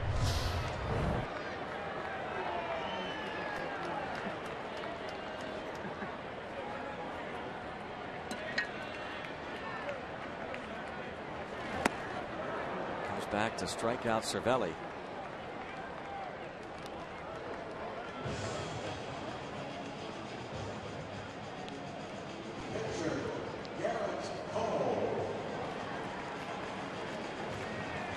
Garrett Cole. Pirates have homered now in 11 straight games. They've hit 16 home runs during this 11-game home run streak, and Alvarez has been a big part of it, now with 19 homers on the season.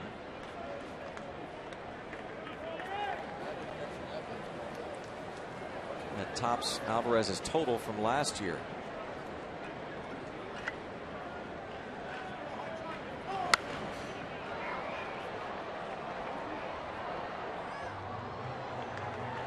Loud foul from Cole.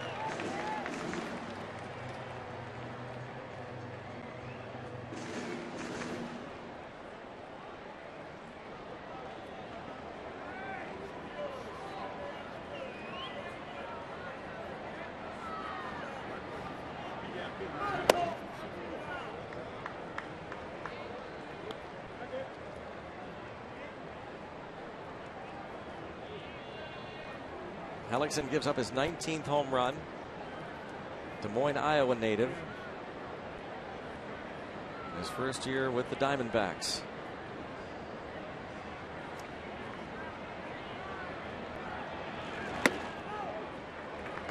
Three and one.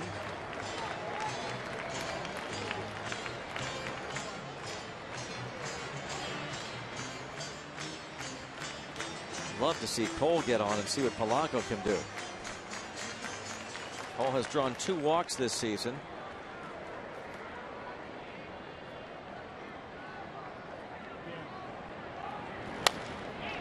Headed up the middle. Shortstop there.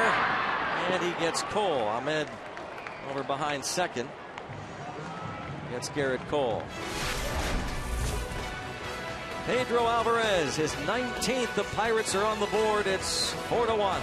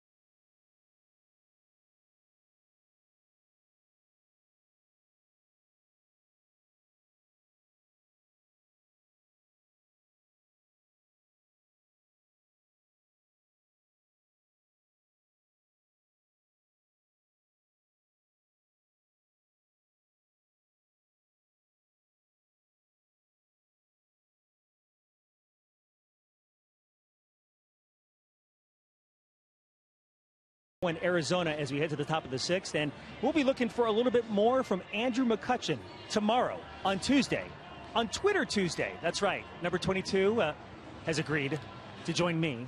I asked him for a favor and he kind of looked at me funny like, what do I owe you? That's true, you don't owe me anything, but it'd be nice of you to join me. He said okay. So send us your questions using the hashtag BucksTuesday. We'll pick the best of the best and bring them to you on Pirates pregame tomorrow at 6:30 and throughout tomorrow's broadcast beginning at 7. Guys? Well, I imagine he'll get a ton of questions for Twitter Tuesday. Could break a Twitter Tuesday record. Yep, that's a prediction.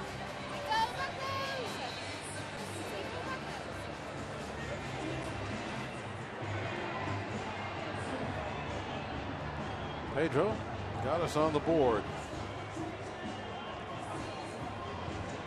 Big inning. Dan said we got a ways to go. Yeah. Want to send along a get well wish out to nephew Gregory watching tonight. He's been under the weather and rooting for him to get better, and he's rooting for the Bucks here. Point Park University tweets. Gregory, huh? Yeah. Alvarez. It's a good name. The home run. Very good name. That was a good swing he put on that pitch. Doing that a little bit more frequently. Yes, he is. Getting one of those home run grooves. It's been kind of what he does his whole career. He'll get the hot streaks going.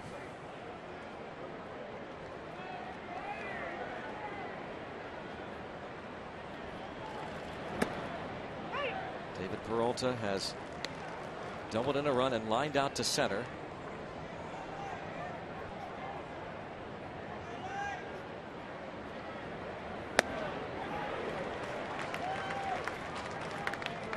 Be nice for Cole to get really efficient right now. If he does, he'll probably get 2 more innings max out of him. But he's got to be very efficient. Can't have any long innings.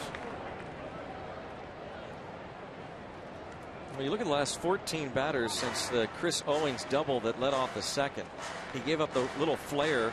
Don't even like to call that a hit with the infield in, but it was for Hellickson. But other than that, the Jake Lamb home run, the only man to reach.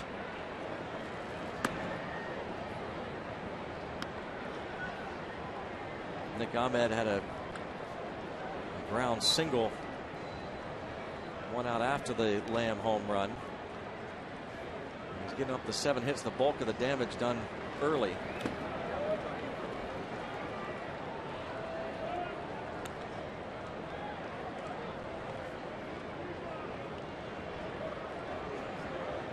Cole will need some help from the offense to try and win his 15th and hopefully not tagged with his 7th loss. Another foul, just getting a piece of it. And again, a little frustrated Cole. Has 1 win since the All-Star break. That was against the Nationals on the 26th of July.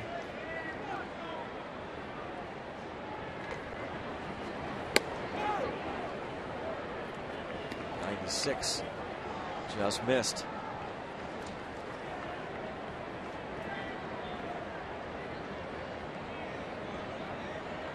Wellington Castillo next.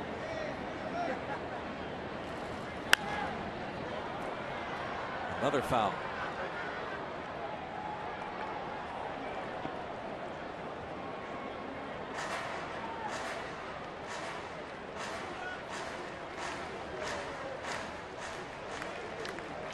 Jeff Locke discussing things with Chris Stewart. And another foul. David Peralta.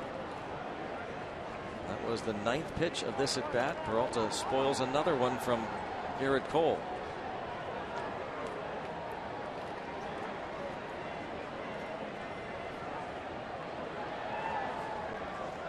Jeff Locke started yesterday's game. No decision. Matched up against Matt Harvey. And he puts the ball in play, but past that right side. Not much room between Alvarez and Walker, but Peralta found the spot. His 2nd hit. It's tough to go through the infield when they have everybody playing over on one side. You got to hit it very sharply, and of course it has to be in the right spot. And this is not the efficiency that we were talking about. That was a 10 pitch and then ended with a base hit. So not good. Now he's at 90. It's going to be tough for him to finish the 6th inning and stay under 100 pitches.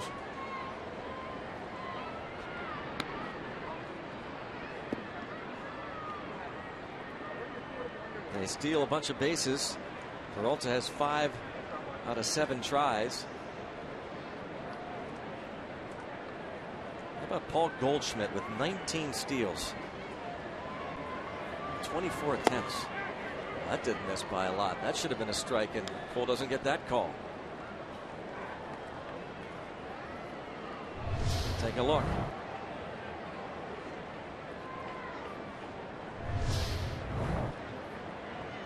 Goldschmidt,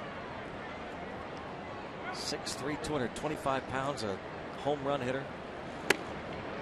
You're talking about the best kept secrets. Everybody knows about Goldschmidt, but still, does everybody know how good he is? No. I understand it is a great first baseman. Yep. Obviously runs the bases well. With all the, you just gave those stats. Got some speed. Runner goes. And right on the money, no, a safe call. Close, wasn't it? Very close. Yeah, they'll be taking a look at this one in the clubhouse.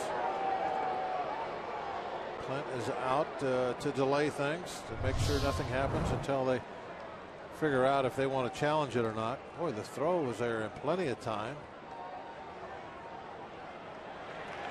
He tagged him, he's out. Yeah, if he tagged it.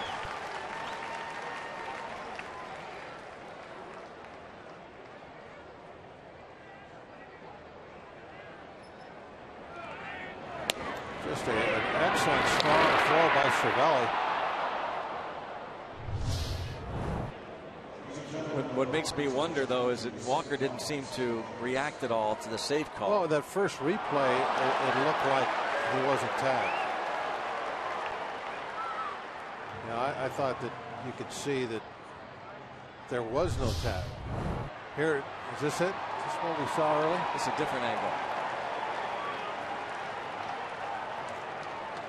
His arm was in the way. I can't really tell from that angle. Now here's the look, super slow-mo. This will be what they're looking at in New York. Was there any contact there? I don't know. You can't tell whether those laces even made contact. Yeah, I don't know. Now, of course, to overturn a call, you have to see some kind of evidence that makes you believe that the umpire was wrong. Now, if they would have called him out and the Diamondbacks challenged, I don't think you could. There's any evidence saying that he didn't tag him either. You know what I mean? Yep.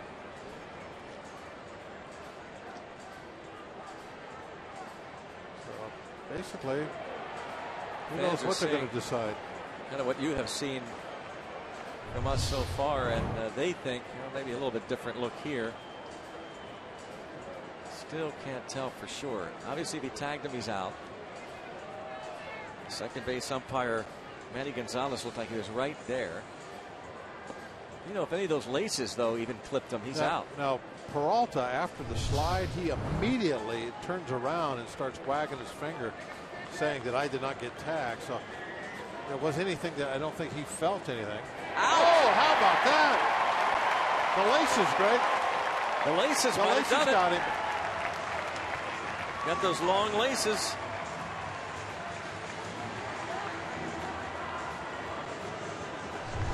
Peralta can't believe it. The laces? They must have. This is his reaction when he sees the out call. I am really surprised they overturned that, Greg. I didn't see anything that beyond a shadow of a doubt he got tagged. It looks like he might have got tagged, but it also looked like maybe he didn't get tagged. So in that, you're supposed to go with the call on the field. That's why I didn't think it would be overturned.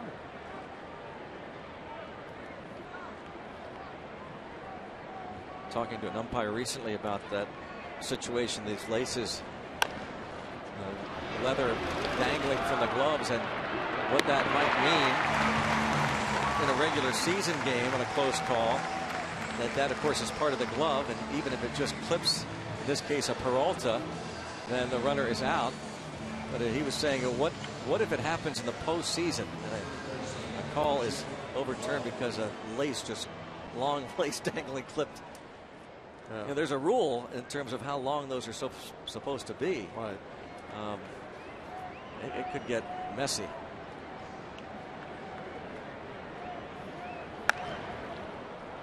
into left. So hopefully this call turned out to be well under 100 pitches, just 95.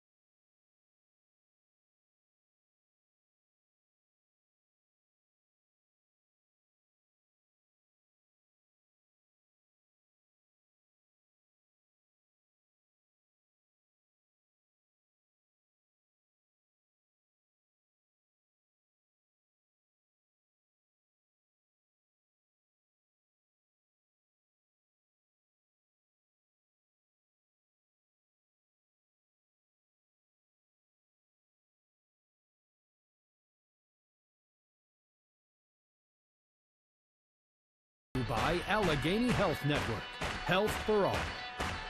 By Kenny Ross, Just Ask a Neighbor.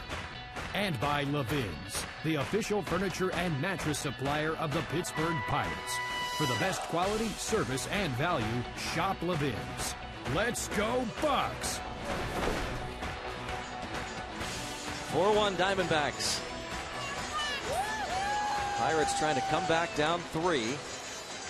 To Jeremy Hellickson and the Arizona Diamondbacks. Clint Hurdle talking to Neil Walker about that tag.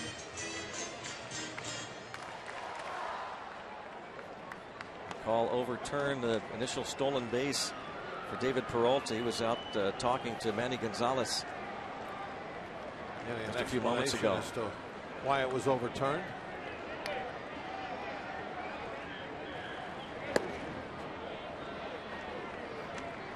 Third baseman Lamb was in, but Polanco showed bunt. He has popped up to the shortstop in shallow left. Last time up, he flied out to the left fielder in Ciarte.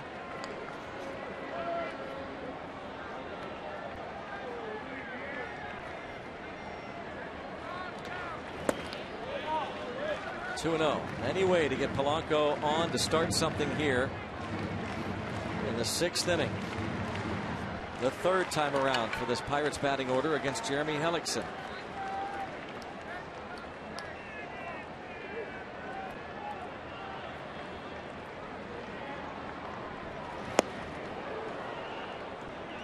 Empty on the changeup.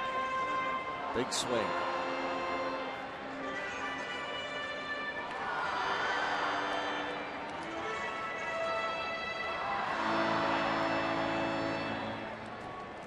The thing for Hellickson tonight, I think, has been very good in control with those 2 off-speed pitches. The curveball and that changeup. Pirates just can't get in any kind of situation where they can just sit on anything. Hit pretty well, but 1 out.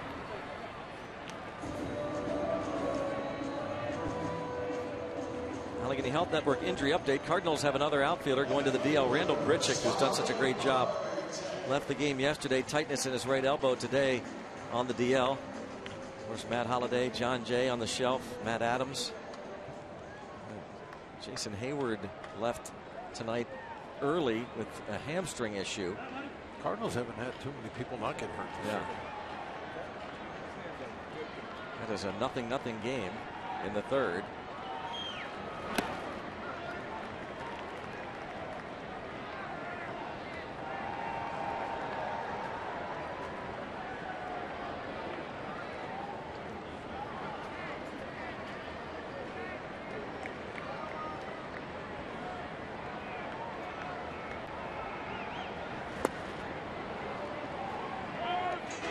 1-1.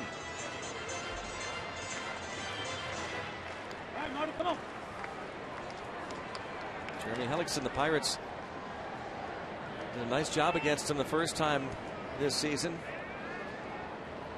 April the 26th, after just 4 2/3. Now out in front, 1-2.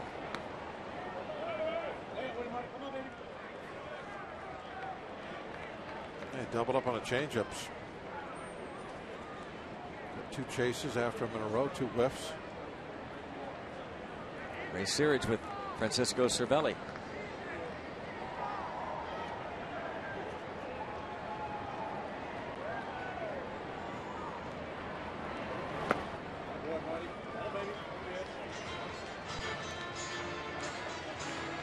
Hellickson hasn't walked a batter. Searage and Cervelli, mainly Searage, talking certainly about Garrett Cole. I'm trying to find out what Cervelli is saying tonight as to what is going on. Why they've centered up so many balls off Garrett. Obviously, the catcher has a better view than anybody.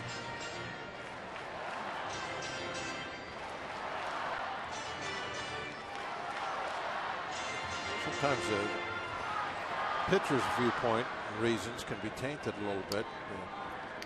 He's got a lot of skin in the game. Yeah. So yeah, I mean, he's going to be a little prejudiced in his opinions on why something happens. It's hard sometimes to look at things and be really objective about it. You're the guy out on the mound throwing the pitches.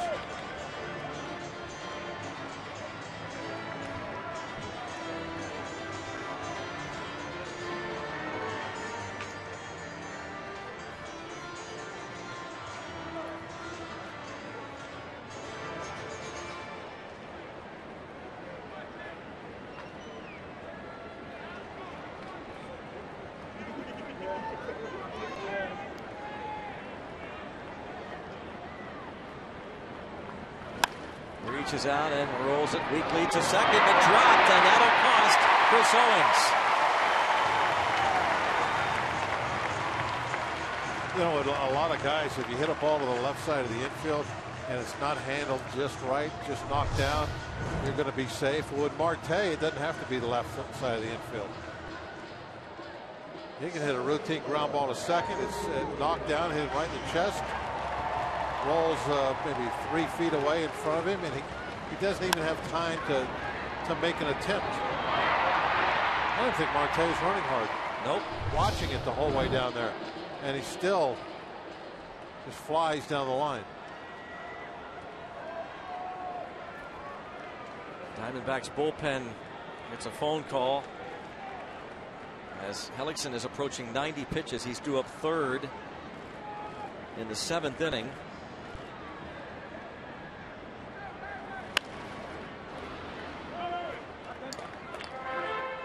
McCutchen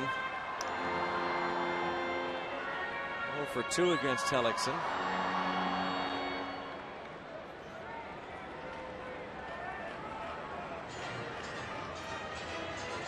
They're going to get Delgado up.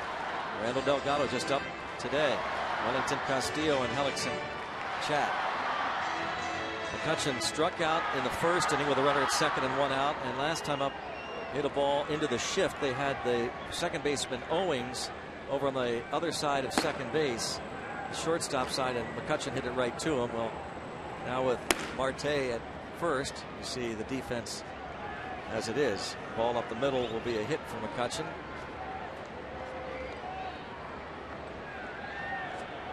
And Mike Harkey is going to buy that bullpen some time. And actually, they're concerned about Hellickson's health. Trainer will join not only Harkey but also the manager Chip Hale. Castillo came out to talk to him.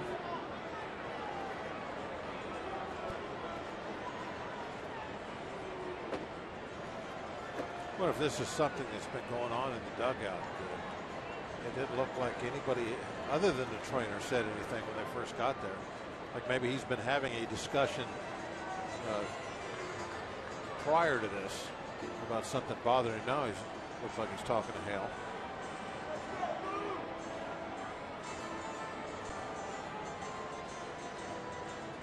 satisfied.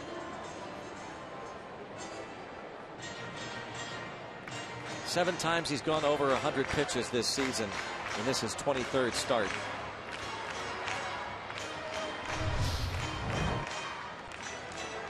Last pitch that he threw to McCutchen.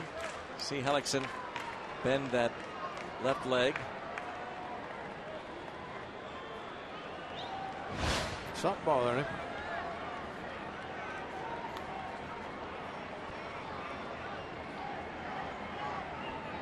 Could be cramps. You saw how his jersey is just drenched. Humid night.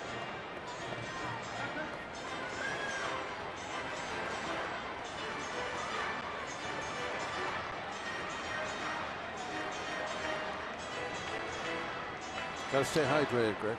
Yes, sir. Good advice from Bob Walk. Well, you say that like I don't stay hydrated. I just said good advice. Is something wrong with me giving you props? No, I think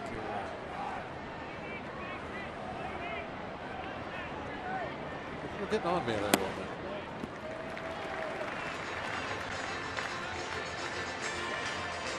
Don't need more texts for more spouses. 2-1 the count.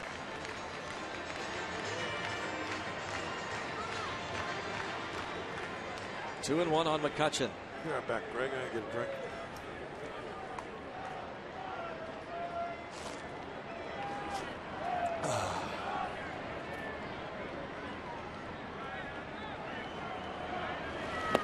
Three and one.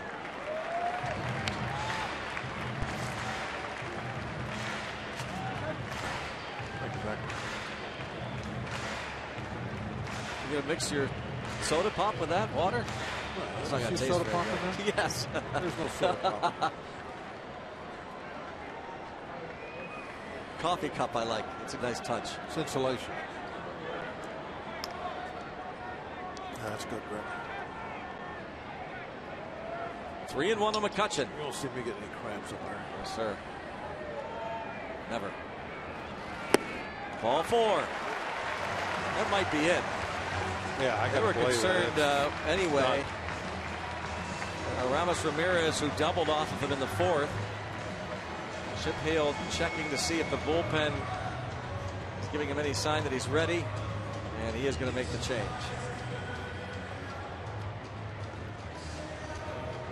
First-year skipper of the Diamondbacks, Chip Hale, a lot of years in the system with Arizona as a coach. Former big league infielder, once the right-hander, he said, and that is Delgado. Randall Delgado coming on.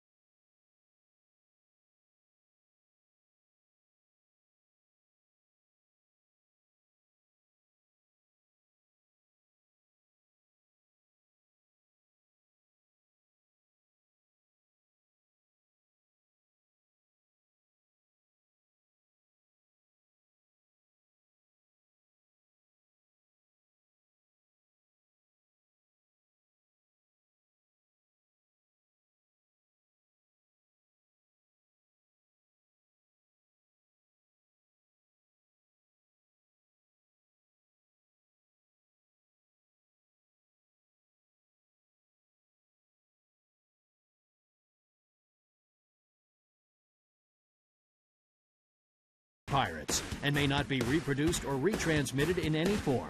and the accounts and descriptions of this game may not be disseminated without the express written consent of the Pittsburgh Pirates.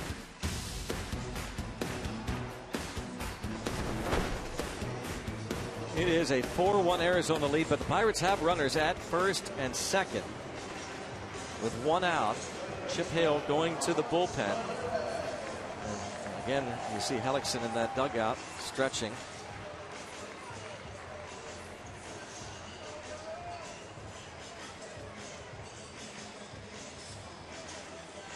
Here is Randall Delgado, activated off the disabled list today after making just a couple of rehab appearances. Went on the disabled list at the end of July with a right ankle injury. And here's Aramis Ramirez.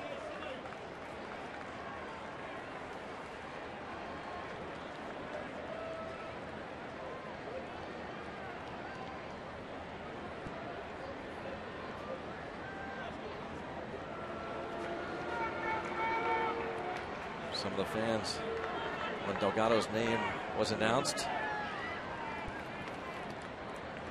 remembering what he did last year, hitting McCutchen. Heard some boos. Ball one on Ramirez.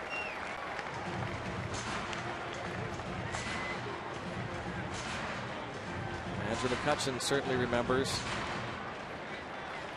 Paul Goldschmidt had been hit by the pitch game before that, and Delgado and the Diamondbacks waited until the 9th inning before they plunked McCutchen. 1-1. Pretty good slider. Ramirez took his fastball, swing at it. Now he'll make that adjustment. He got ahead. Had a chance to sit on a fastball.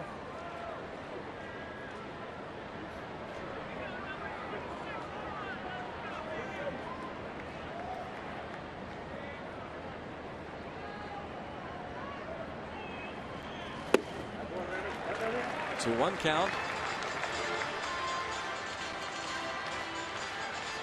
What's he thinking now, bro? Fastball. He's thinking, okay, now he's going to come back with that slider. Just missed with the fastball, and he's going to try to throw a 2-1, get me over slider, and I'm going to get it over the left field fence.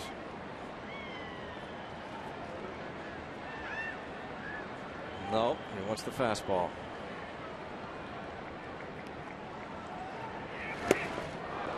Came up empty. Well, Ramos was thinking what I was.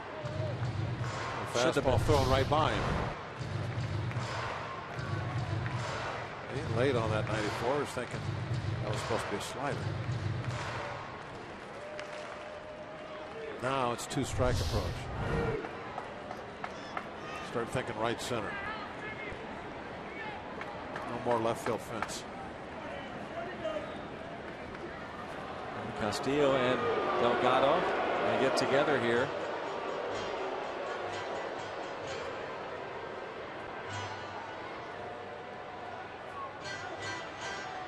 Delgado pitched just a couple of innings down in the minor leagues on the rehab.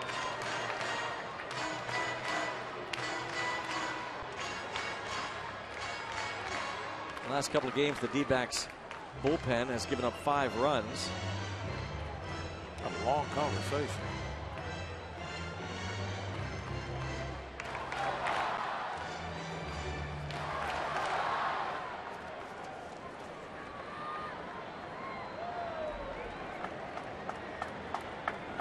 Castillo knows Ramos' tendencies pretty well. Struck him out looking. Delgado strikes out Ramirez. 2 away. It's not a fastball.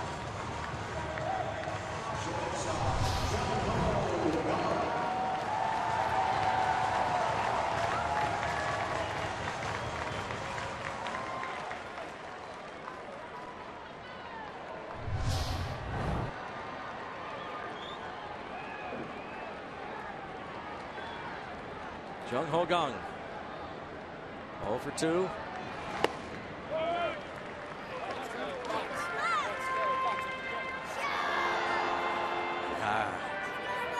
Bucko fan. Wants Jung Ho Kang to come through here.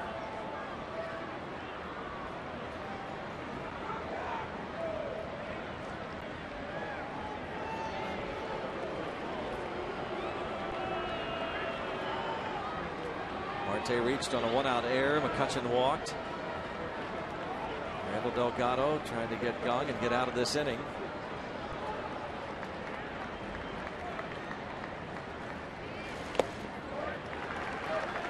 2-0 count.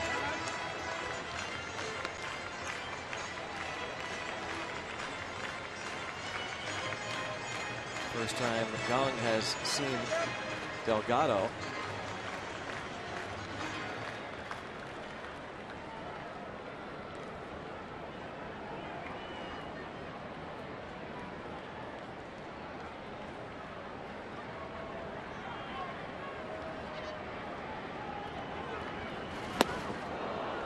Two and one.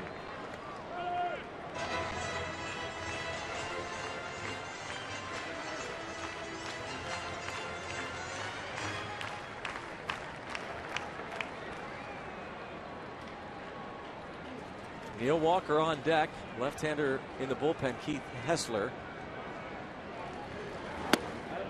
3-1. What a big pitch this is. With 2 on and 2 outs, down 3.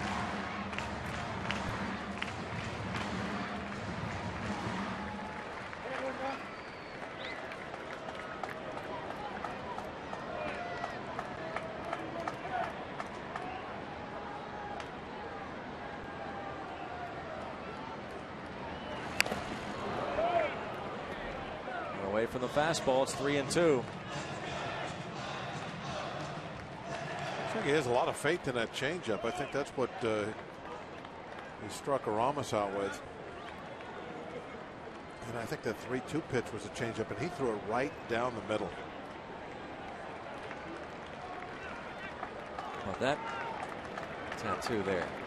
Pirate fan. Yeah. For life. And a bouncer to third. Little bobble, but Lamb able to throw out Kang, and the Pirates strand a couple.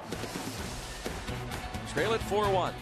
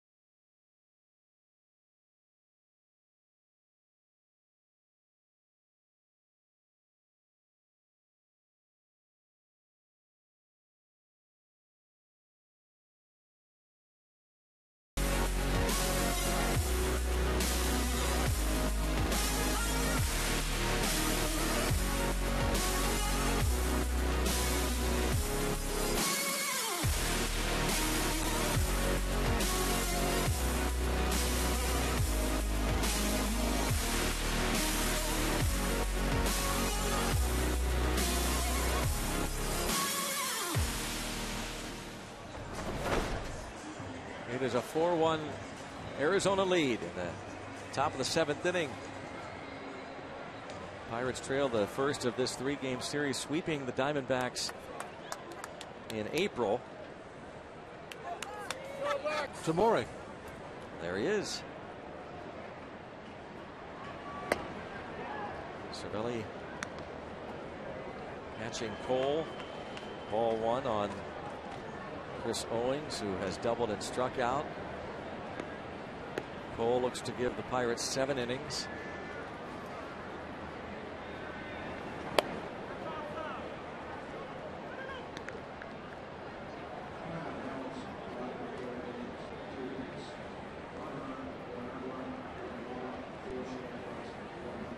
Joe Blanton.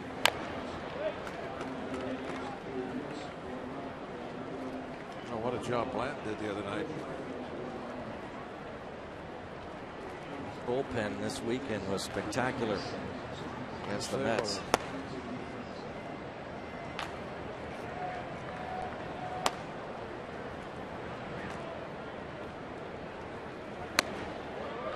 Falls behind Owings now, 3-1. The addition of Blanton and the way Caminero and Bastardo have kind of come on in the last couple of weeks really has made that bullpen kind of feel invincible right now.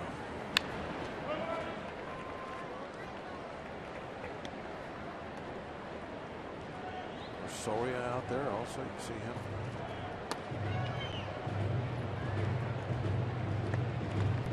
Pretty strong group.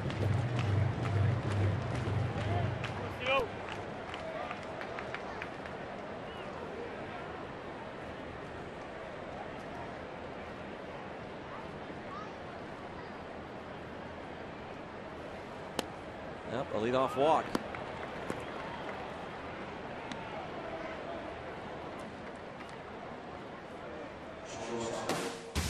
It is time now for our Data and Strong fan photo of the game. As always, brought to you by T-Mobile. Clemente jerseys, the O'Malleys. It's Kathleen, her sisters, O'Malley family. Brother Tom not involved in that photo. Data Strong fan photo of the game. All the Clemente shirts. Clemente Bridge. And more young Bucco fans.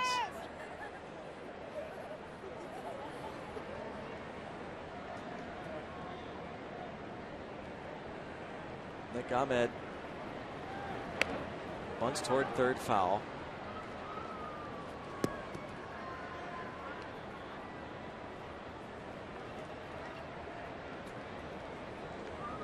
It's the first walk that Cole has allowed tonight.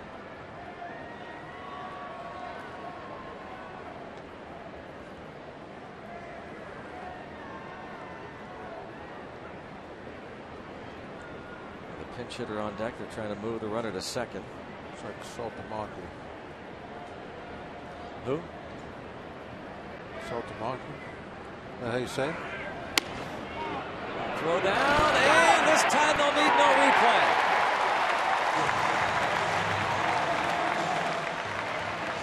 Chris Owings caught for just the 4th time in 17 attempts.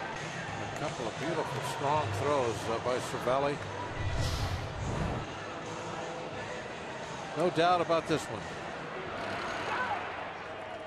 Walker caught that ball, and Owens kind of tagged himself out by sliding into it. So they've caught 2 stealing tonight. First time since late June they've caught more than 1 in a game, and Cervelli 2 for 2. That first one, Pirates needed a replay, the challenge, and it was overturned. Speaking of that, by the way, the Pirates video coordinator Kevin Roach's daughter Ella, 8 years old today. Cole loves that. Hard hit, but at Aramis Ramirez. 2 outs. Cole's pretty fired up right now. Right after Aramis caught that, Cole started clapping. Hadn't even thrown it across the infield yet. some support right now. Uh-oh, wait.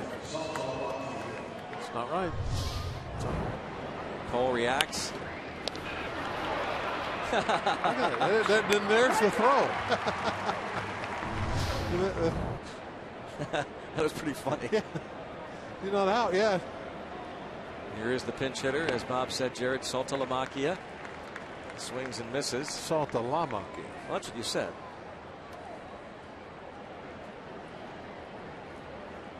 It's a long name. Sometimes Longest in the you game might these miss a days. letter, Yep. you know. I didn't see that second L. You missed an L, you missed an A, an M. I think, what did you call him, by the way? Do you remember? Saltalamacchia. Saltalamacchia. I didn't say the law. Okay, I missed the law. You just missed the LA, that's all. You're not a big fan of LA. You should be. You're from the area. Yep. Saltalamacchia.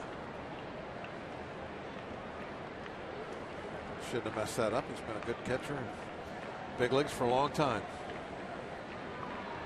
That's easier to say. Cole, I can say that. Walk, ground. And a little opposite field base hit, just reached out, poked it into left. 2-out single.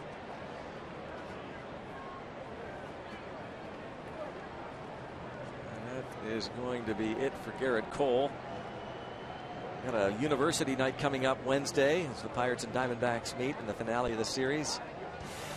For Robert Morris fans, purchase tickets online and join fellow Colonials for your university night here at PNC Park on Wednesday. You'll get a Pirates cap, the Robert Morris red, white, and blue colors. Tickets start at just $19. For tickets, go to pirates.com/Robert Morris. Double switch.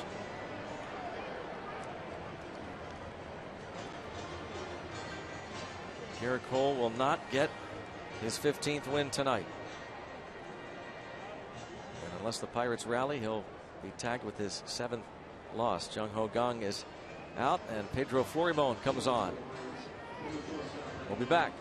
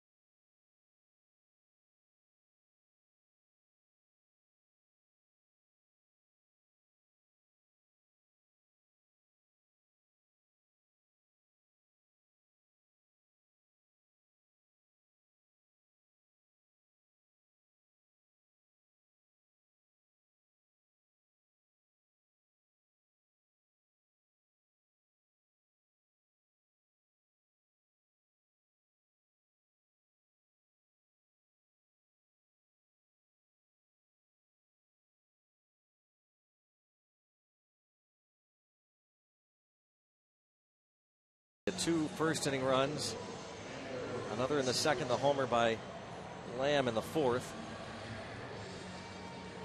Hard to figure, Bob, the hard-hit balls those first couple innings against. It sure is. Cole. No explanation for it. His stuff was good. One of the things I said earlier that explains at least a little of it is, it is that the Diamondbacks are very good at hitting balls hard. Florimon takes over at short.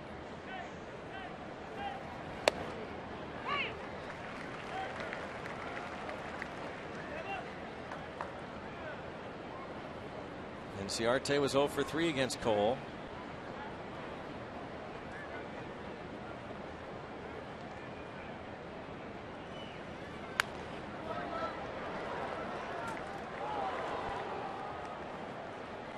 Blanton now out in front, 0-2. Well, what a job he did in the win. Got the W, 14 innings.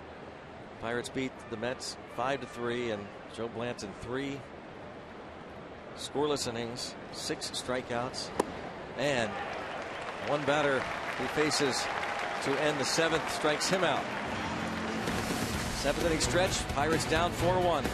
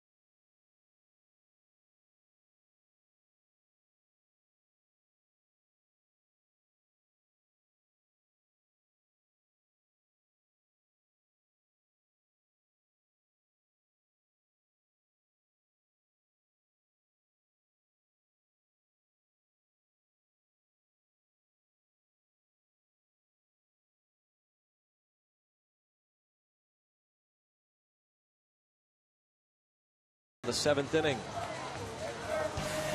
Star Wars night coming up on Wednesday. Pirates and D-backs, 7:05. Stop by Federal Street and participate in a costume contest judged by local Pittsburgh celebrities and Star Wars Jedi. Registration starts at 5 p.m. 5 to 6. The contest starts at 6 this Wednesday. For tickets, go to pirates.com/Star Wars. Register and get your own official Star Wars t-shirt. I don't think they will participate, at least not wearing that on Wednesday. My guess is if they're here, they will participate, though. Yeah, that's true. They'll have different costumes.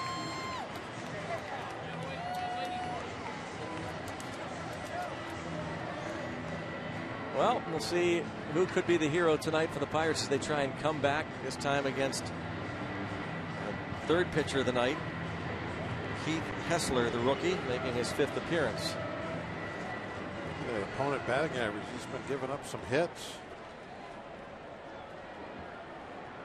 What a job by Joe Blanton. Quickly takes care of that final out. He'll be back out there for the 8th.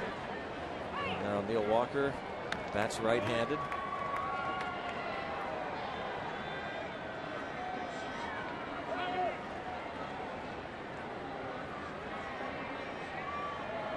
Travis Ishikawa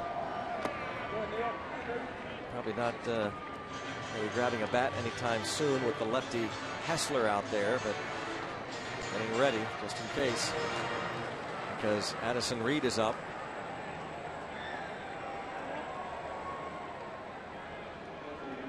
And they're going with the young left-hander because of where they're at in the lineup. They're trying to play the matchup game. Spin walk around. Alvarez is next.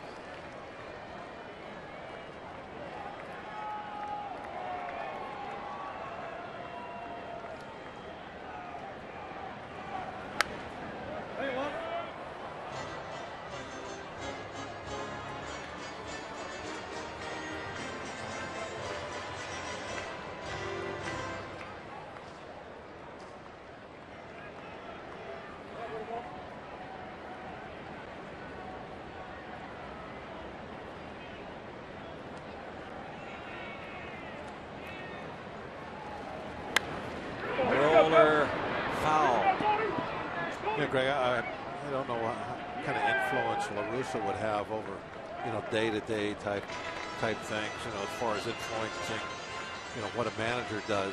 Maybe,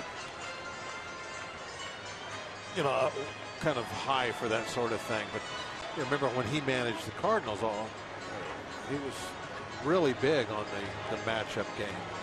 Always believed in going left-hander if he could, right-hander on right-hander, that sort of thing. Looking for those matchups that he liked with his bullpen. Well, my guess is I'm wondering if that's the kind of strategies that we'll see from the Diamondbacks. My guess is he has a major influence, and that you'll see almost exactly that, the way he managed. And he and Chip Hale, I'm sure, converse often. Dave Stewart, the general manager. And it's why, even when Kirk Gibson was managing, even though it took as long as it did last year, that McCutchen ended up getting hit after Goldschmidt the previous day. Now 3-2. Hessler making just his 5th big league appearance. Non-drafted free agent signed out of East Carolina or Coastal Carolina University. Hessler. Fly ball to left. A lot of fly ball outs in this ball game.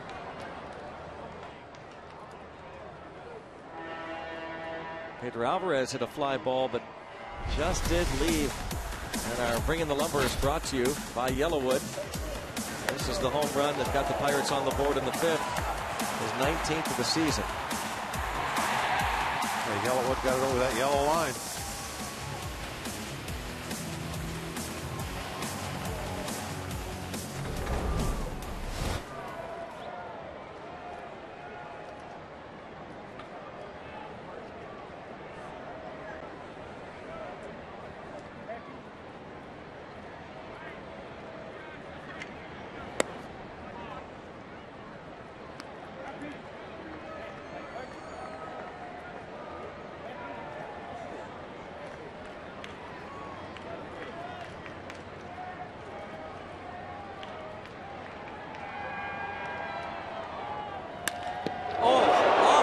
High in the air, drops.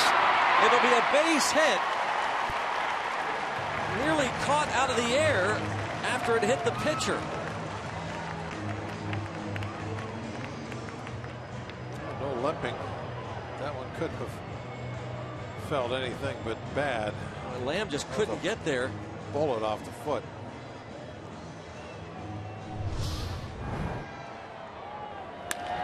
Oh, man, that has to be hurt. But the sound. My goodness. They are going to need a new pitcher right away. Hessler probably wasn't going to face Cervelli anyway. Lamb didn't lay out for that. I mean, look where it bounced. Yeah. That would, I mean, if you just lean forward a little bit to where, like a falling dive, you catch that ball. Right-hander coming on.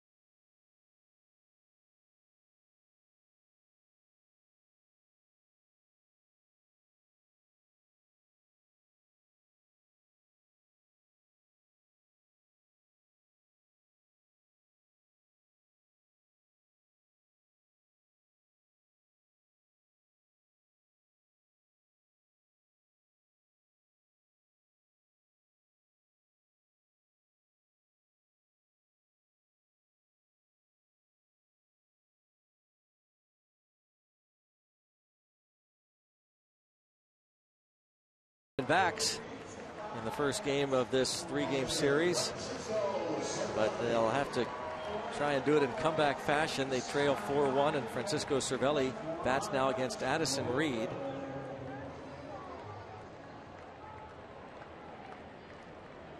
Reed, not exactly great numbers, but has been great since returning from his minor league stint.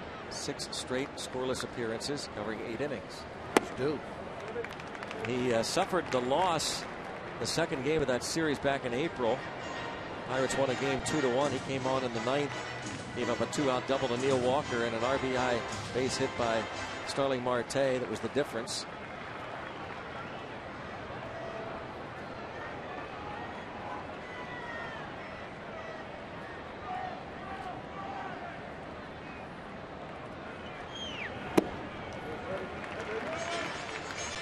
Two and 0.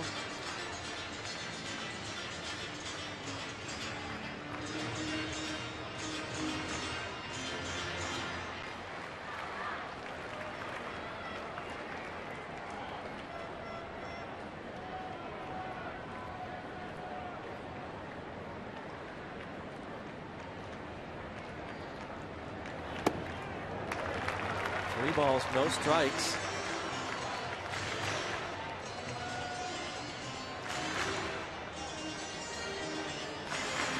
Florimon is on deck. That double switch.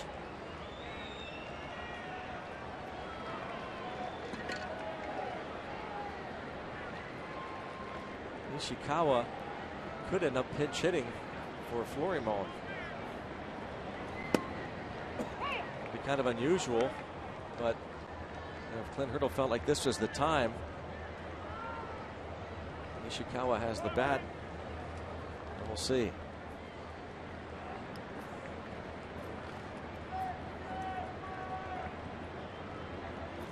3-1 count on Cervelli. And I see right now, first and second, does Florimon. Nope, not going to hit. No, he's going to, again, very unusual. They double switch because they want Blanton to pitch more than 1 inning. So they pinch hit for Florimon.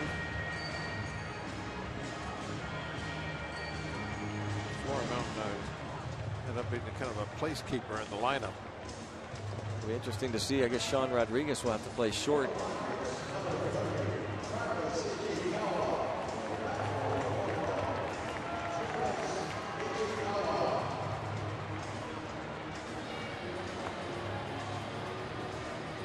Dave Joust, one of the coaches, talking to Sean Rodriguez about what's going to happen.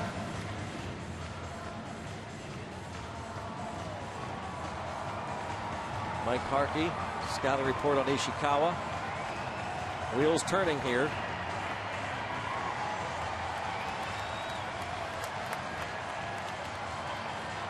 Addison Reed has given up 2 homers in 34 innings. Now they're going to get somebody else up in the bullpen. Watson. You can see the panic in his eyes there. He's like, okay, let me get a drink of water. This guy really panics right there, doesn't he? Yeah.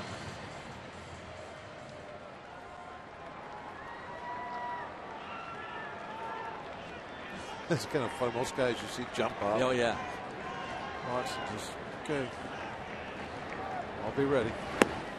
Ishikawa takes a strike, and another call that goes against the Pirates here.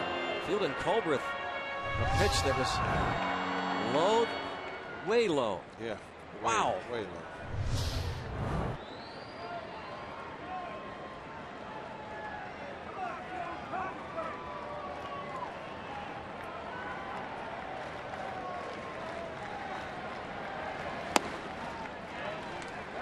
One ball and 1 strike. I guess he knew he missed that first call. Because if he thought he got that first call, then he would have called that one a strike. You have to wonder where replay is going to go down the road. I mean, look, instead of the second one, actually the second one maybe even a little higher than the first one. Instead of 2-0, it's 1-1. And what's more important, Bob, in a situation like this? A call in the second inning of a bang-bang play at second on a stolen base with 2 outs and nobody on, or a first and second, 1 out, a count that instead of 2-0 is 1-1. I agree with you, but I'm not after perfection anyway. I would just they just let the umpires make all the calls. Yeah. Just go back the way it was. I was happy with that. Yeah, they miss calls all the time. So guys make errors. A lot of things happen. So 2-2. It's humans. Yeah, humans are out there. Yeah, supposed to make mistakes. Should be 3-1. It's 2-2. See if Ishikawa can come through as Watson starts to loosen in the bullpen.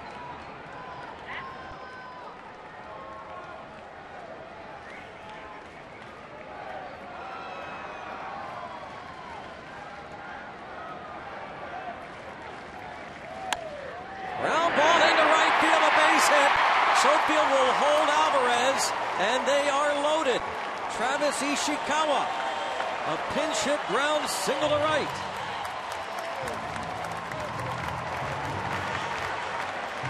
Here comes Gregory Polanco. careful with that, Jolly Roger.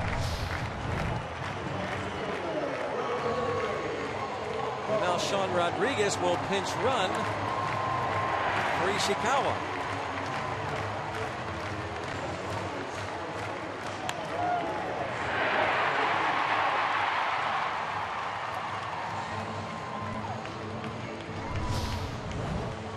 It certainly is in the Pirates' nature not to ever, give up on any game or give up on the division.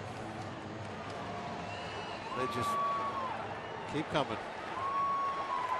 Gregory Polanco with the bases full of Pirates. And a crowd of 27,365. Tying run at first base. Polanco 0 for 3 in this one.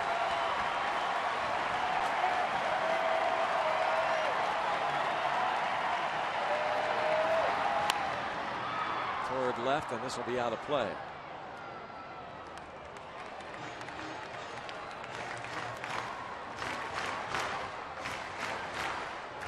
Lefties at 263 off Addison Reed.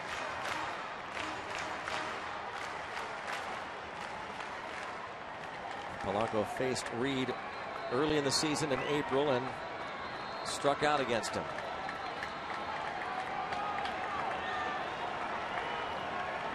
That was first half Polanco. Infield at double play depth. 0-2.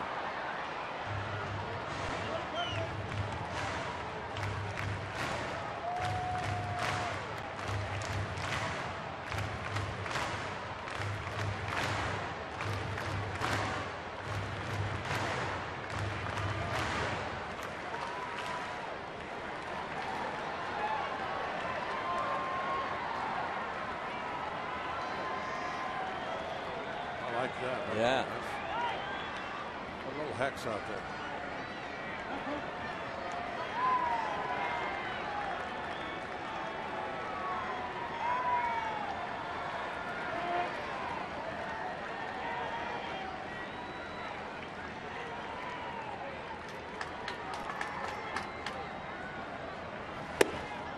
One ball, 2 strikes.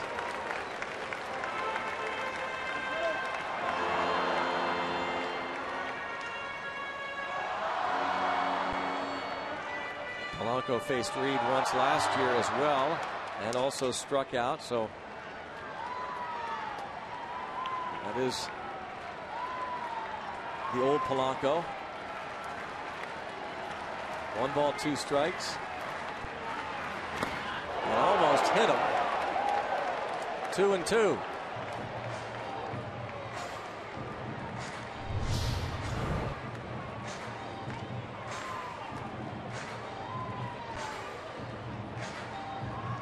Just missed his toe.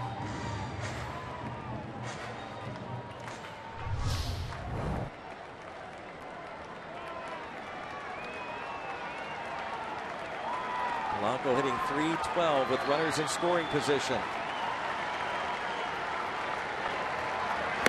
Struck him out. High fastball. Man. 2 away. And that high pitch is one that Polanco's really been hitting hard lately also.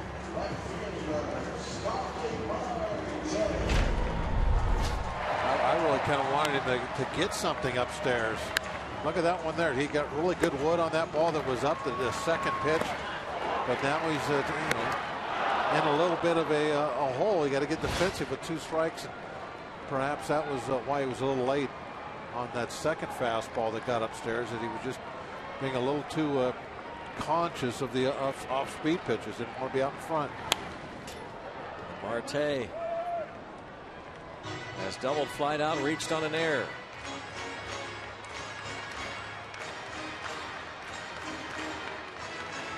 Pedro Alvarez lined that ball off the pitcher Hessler. He's at third. Cervelli walked. Rodriguez running for Ishikawa, who singled. Now with 2 outs, Addison Reed facing Marte. Marte fly ball to right. And the Pirates leave them loaded as Peralta makes the play in foul territory.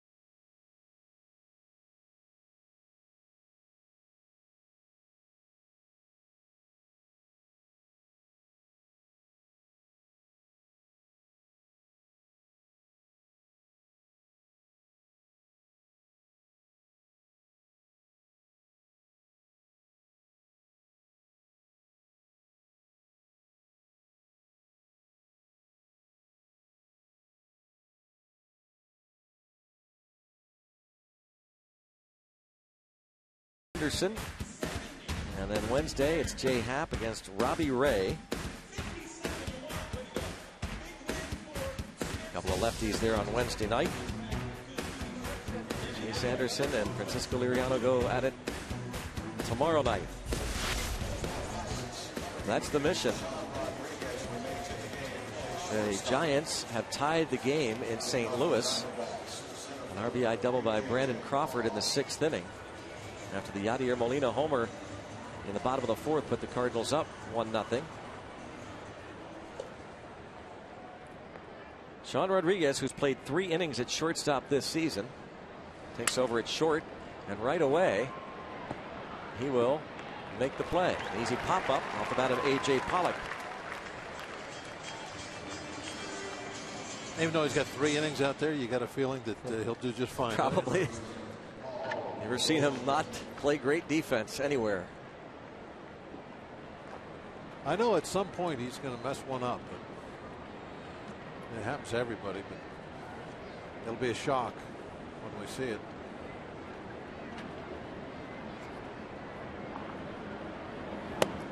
Paul Goldschmidt was 0 for 3 against Garrett Cole. Probably being when he's emergency catching or something.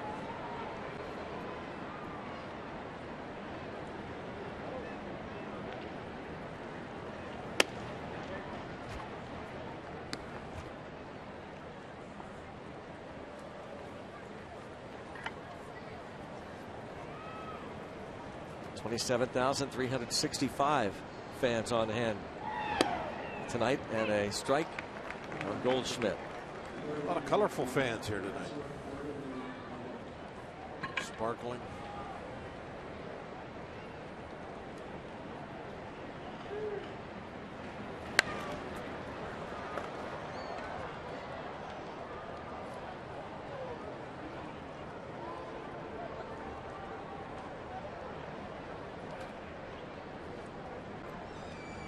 First of the 7-game homestand.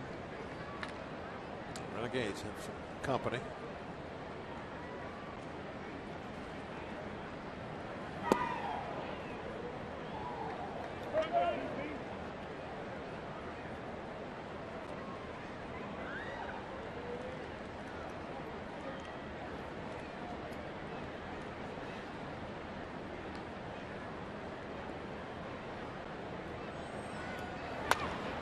Here's Rodriguez again. Like he's played there every game all year. Yeah. Just as routine as you can possibly imagine. You see Goldschmidt going down the line? Yep.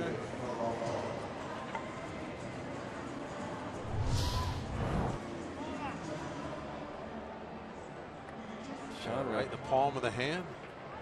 He made one start there last year with Tampa Bay. Watch Goldschmidt. He wants the hit.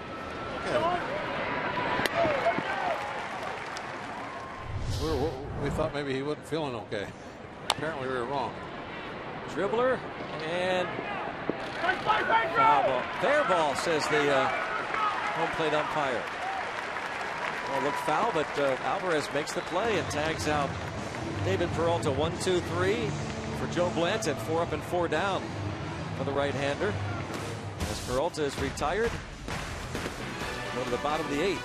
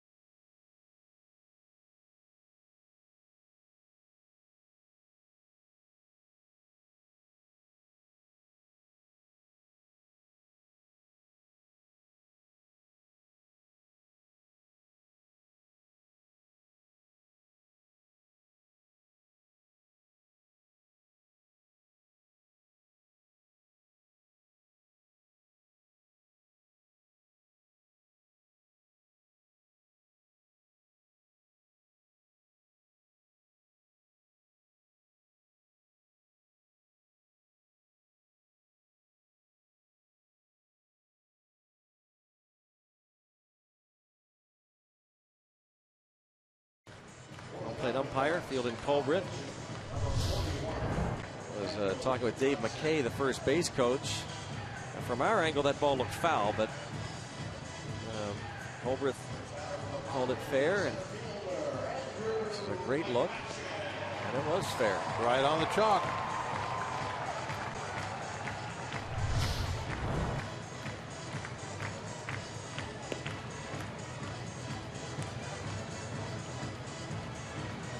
Daniel Hudson takes over. Setup man for Brad Ziegler. Seeing a lot of action. 46 games now for Hudson.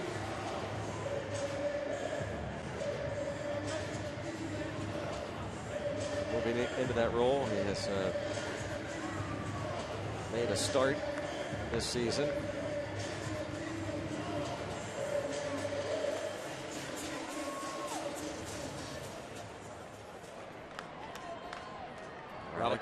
They're on. Set time.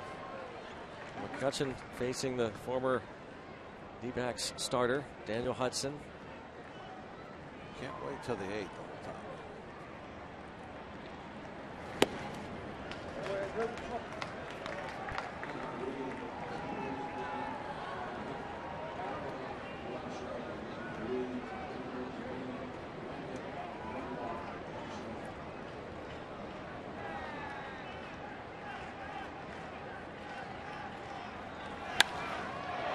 Well, the other way. I got it!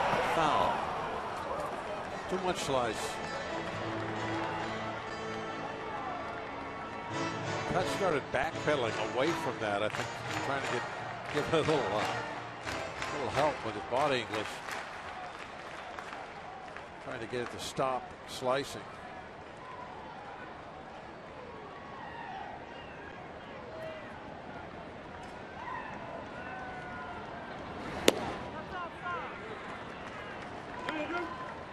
One count. Hudson has held the opposition scoreless in 13 of his last 17 games.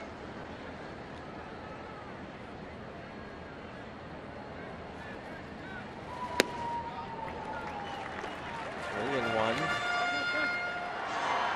Got to be very selective at this point. Yeah, he's walked 20 batters in 51 innings. You're down by this score. You got to have some base runners on. For Kutch to hit this ball, it's got to be just what he wants.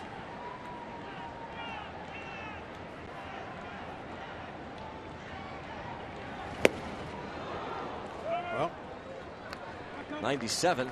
But still, I mean, it's right down the middle. I mean, you're not going to get a better pitch to hit than that, so why not?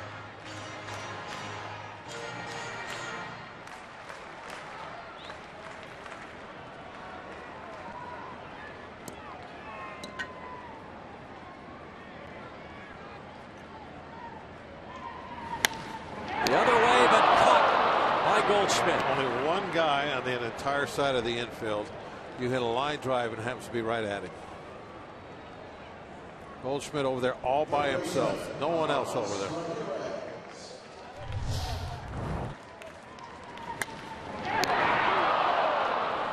That's bad luck.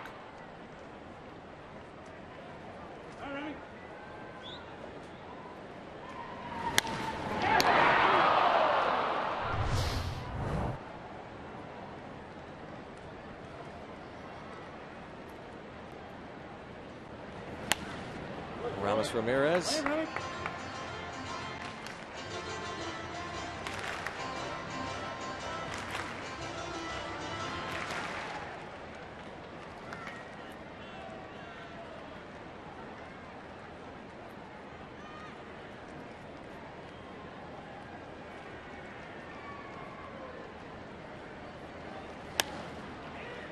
Pop up.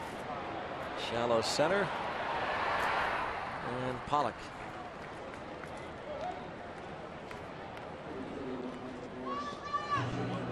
Michael Morse will now pinch hit for Joe Blanton. 8th inning, 2 outs and nobody on.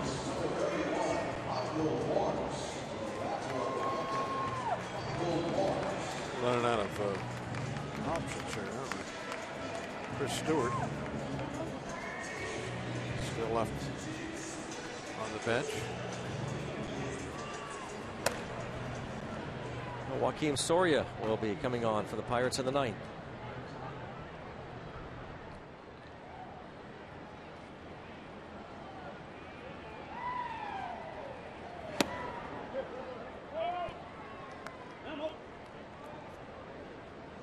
Michael Morse this season combined Marlins and Pirates.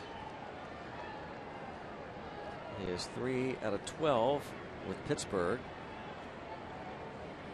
A couple of walks.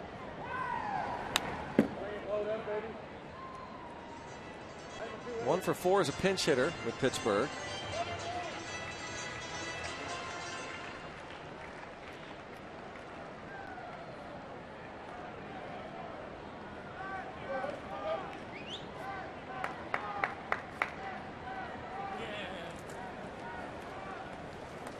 Might need a superhero type effort to come back in this one, down to their final 4 outs. They should have their unis on inside out.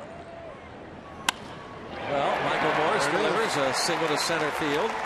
Solid single to center. It worked.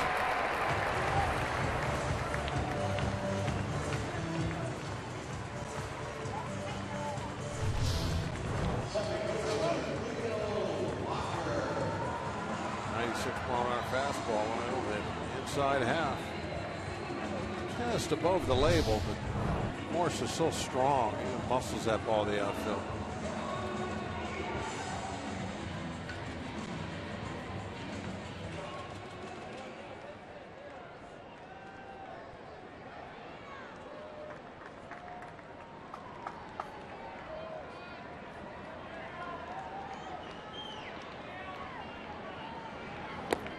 Ball 1 if Walker can get on. Pedro Alvarez has good career numbers against Daniel Hudson. 2 out of 6, both home runs. Walker's 1 for 9 lifetime against the veteran righty Daniel Hudson.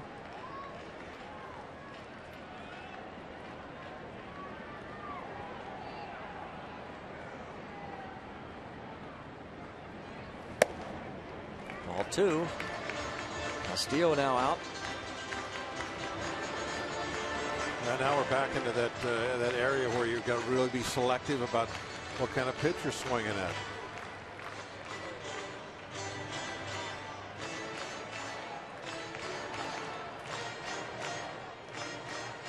And base on balls right now to Walker would bring Alvarez to the plate with his power and representing that tying run. They're getting Ziegler up right now. Walker has to be very careful that he only hits strikes now. Way out in front, 2-0.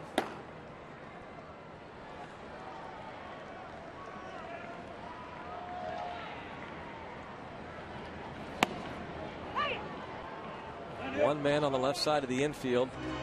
2-1 the count.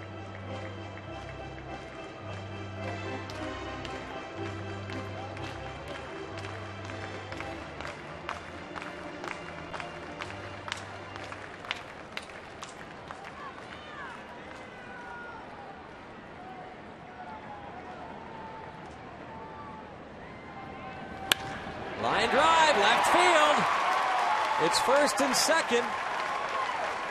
And Pedro Alvarez coming to the plate. We told you the solid career numbers for Alvarez against Hudson. Ziegler just got up. See the line drive off the 97-mile-per-hour fastball. We're going to see a little La Russa-like stall tactic here. Well, he can't bring anybody in.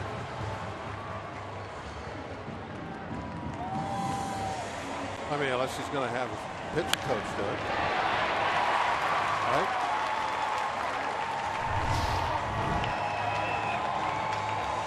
Going to make his pitch coach make the change? This is the first trip, right? Can he bring a manager come out? Not to Alvarez.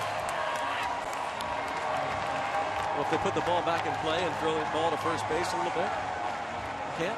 Can't make 2 trips to the mound on the same hitter. I thought once you could put the ball back in play and start throwing to first base, I mean, I know right when time is out. I didn't realize that you couldn't do it at all. He's got a pitch to pay right now. That's interesting then. I would have thought that they would have, why else would they have gotten Ziegler up?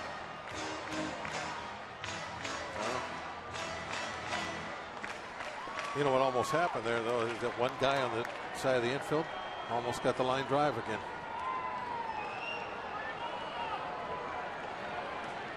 Well, here is Alvarez. He is going to face Hudson. And again, good career numbers against him. He is 2 for 6 with 2 home runs.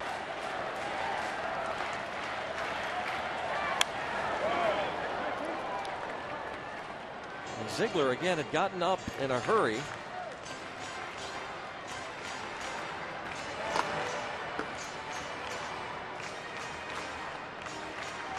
But now he's slowed the pace down. It's probably loose now. Just kind of bizarre that he got up apparently to face Alvarez.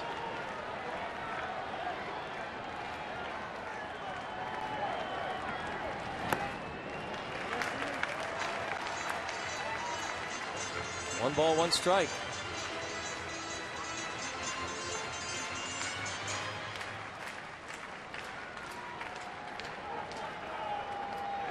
One swing can tie it. Chip Hale decides to keep Daniel Hudson in against Pedro Alvarez.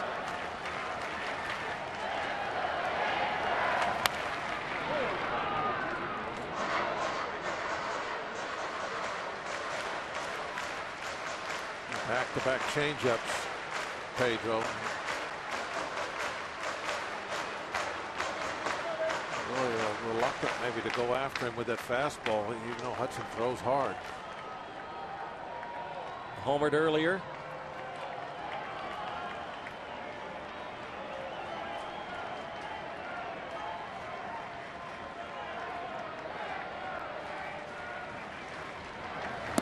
And struck him out. 3 changeups in a row. The Pirates leave 2 men on and still trail 4-1.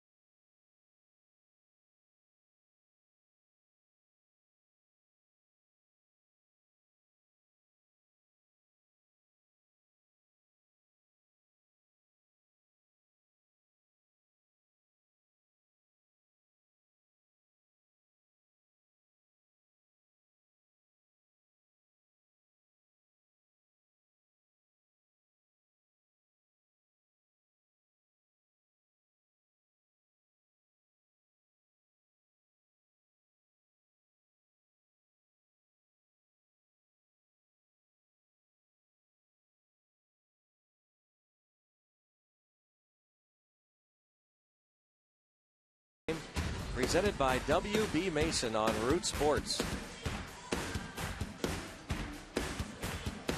Might be looking at a game where the Pirates will look to even the series tomorrow because they've had some chances but not able to come up with a big hit.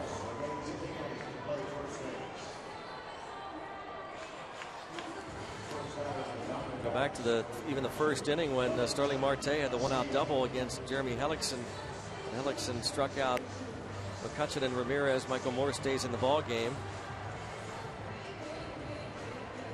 Joaquin Soria takes over. Soria's numbers is a bucko.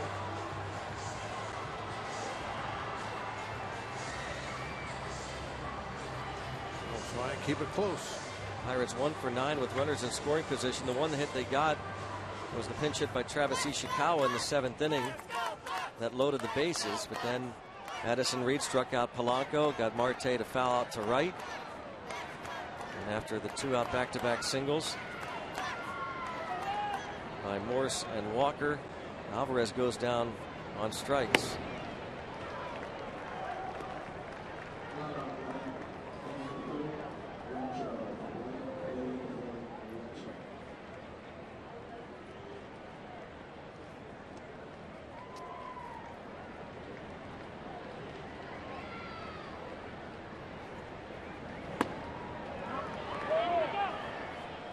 Yes. Says Jim Reynolds.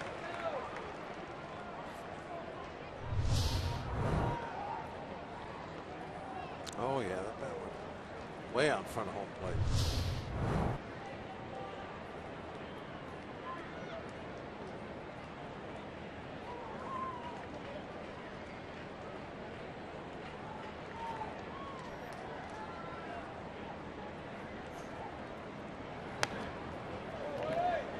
Castillo had one of the big hits in the game for Arizona. Wellington Castillo had a 2-out single in the first off of Garrett Cole.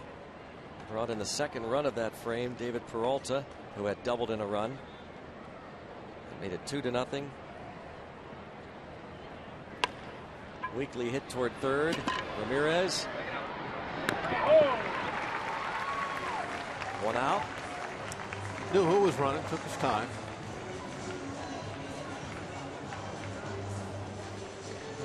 Castillo 1 out of 4.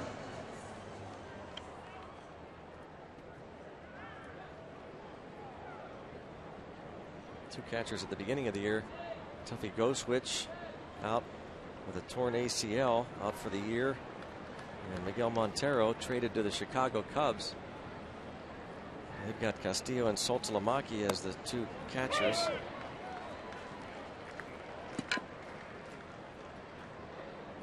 We call him Saltalamacchia.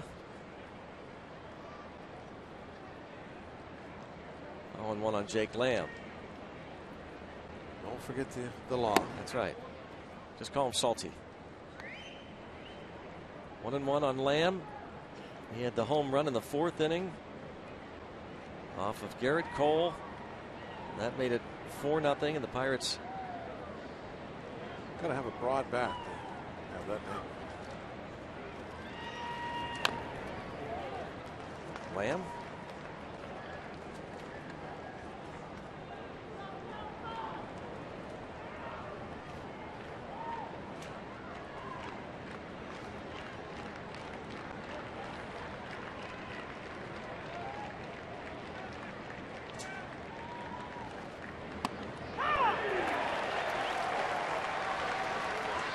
Awfully slow curveball.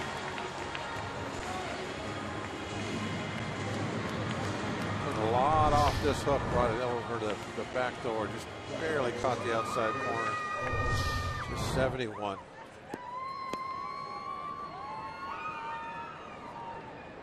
The Walker fans.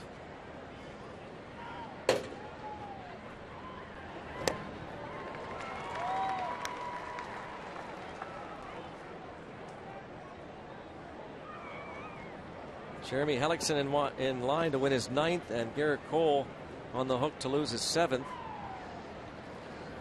Unless the Pirates find a way to score 3 in the bottom of the 9th or more against Brad Ziegler.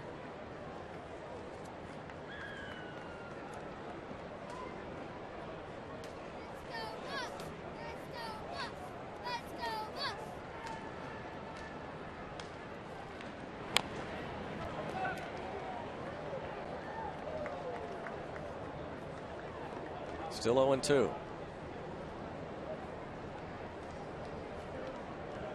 D-backs on this road trip that started in Atlanta dropped 2 of 3. They'll go to Cincinnati after this series.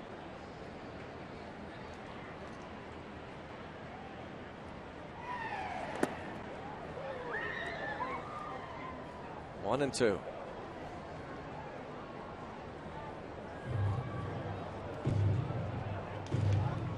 Still 1-1. A lot of tight games at Busch Stadium. And of course, if the Giants win, you're kind of rooting for them. That if they win and the Pirates don't hold on, then the Giants move to within 2.5 of the Cubs for that second wild card spot. And the Giants will be coming into Pittsburgh on a mission against the Pirates, who own the top spot in the wild card chase. 1, 2, 3 for Soria. Last chance for the Pirates. Brad Ziegler coming on.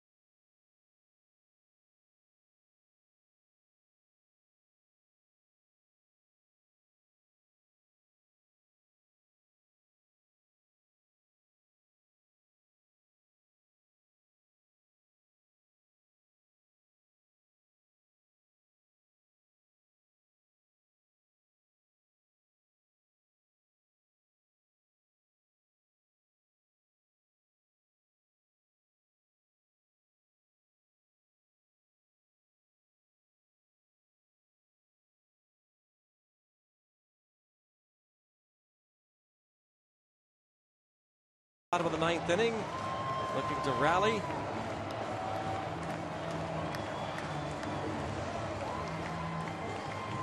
That'll take a pretty good one. They'll go pretty wild here if they pull this one off, down by 3. But you know, the Pirates will make it interesting here in the 9th.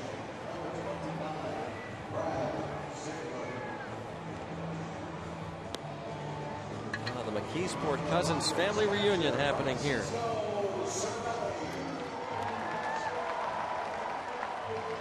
Brad Ziegler. Look at Ziegler's numbers. He'd be going for save number 21. Already a career high 20. He's converted 18 straight. Look at that opponent batting average, just a .168. Yeah, tough to get a hit off of.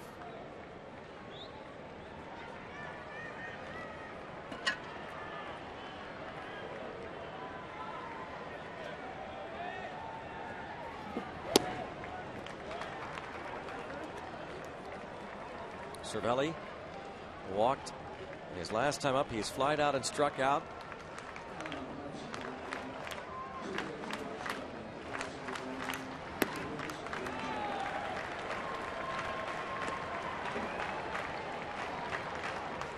In 50 innings, Brad Ziegler has walked 11 unintentionally.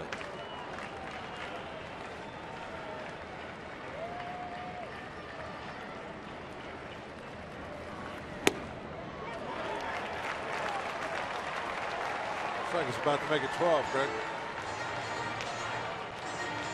First 3 not close.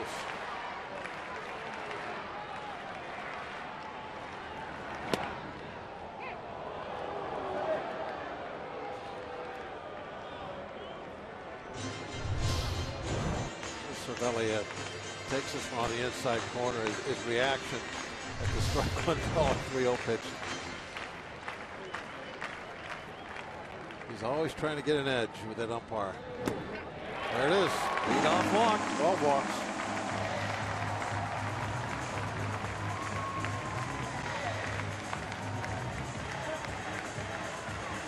You can't ask for much better than that to start a 3-run rally. Lead off base on balls.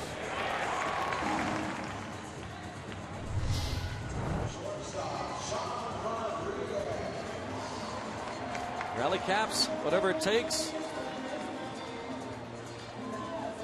Sean Rodriguez, his first at bat. Came on as a pinch runner in the 7th. Stayed on to play shortstop.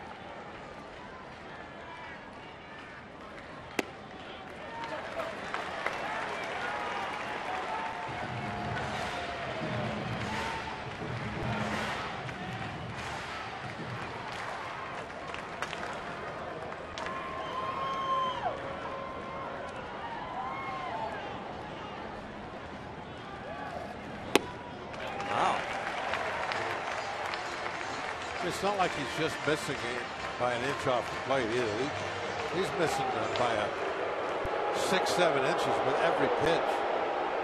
Very un-Ziegler-like, and like Harkey.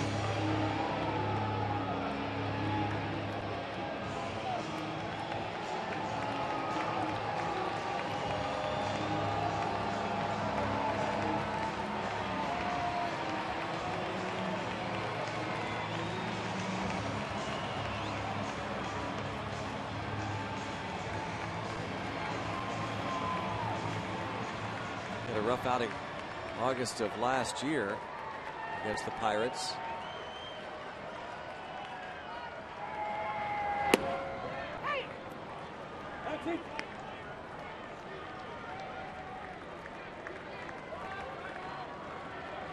August 2nd gave up 4 runs on 3 hits.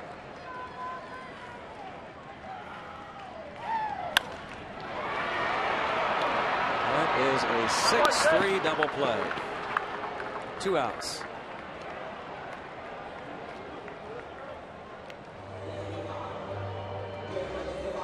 Well, a promising start as he walked the leadoff man, fell behind, and then Harkey came out and said something.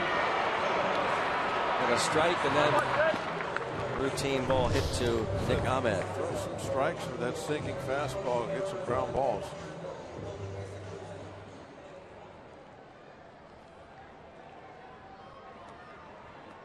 delivery gives you that natural sinking movement. Throw it over the plate, let it work for you.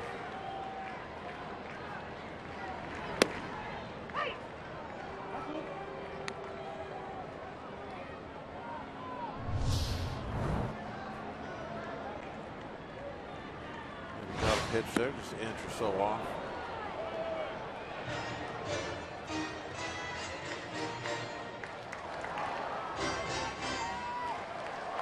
Not looking good now.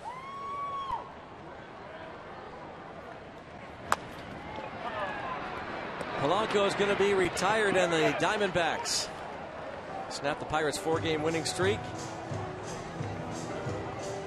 This was not a good one tonight. You really thought for sure that Cole would master these guys, and the Pirates would be able to continue their winning ways. It looked so good in New York, but very difficult to predict. Most of the time here at PNC Park, this offense clicks, but didn't do it tonight. Couldn't get the hit when it really counted to have any kind of a breakthrough any of these innings. Well, Diamondbacks pick up the win over the Pirates and move to within 1 game of 500. And let's go out to Robin Teak. Greg and Bob, thanks very much. I think, Teak, for a lot of this game, it had sort of a listless feel to it, which is what happens when the opposing pitcher is getting out your hitters. But the Pirates did fight back and had some really good opportunities in the 6th, 7th, and 8th. Just couldn't get anything across the plate. Yeah, what has been happening recently didn't happen tonight. You know, they got 3 different opportunities. You know, granted, a couple of them were later on in the inning, but nonetheless, a couple opportunities to get a couple runs on the board and get back into this ball game. Just weren't able to punch across that, you know, that big hit to get those runs across the plate. So, yeah, tonight the magic just didn't happen the way it has been happening recently. Pirates start this week-long homestand with a loss. Final score was 4-1 to the Arizona Diamondbacks. Coming up next on Pirates Postgame presented by the Allegheny Health Network, we'll have highlights of this game, postgame reaction from manager Clint Hurdle, and inside the Pirates clubhouse. Ask Teak, analysis from Teak, and Teak's look forward to Game 2 of the 3-game set coming up tomorrow. All that coming up next on Pirates Postgame.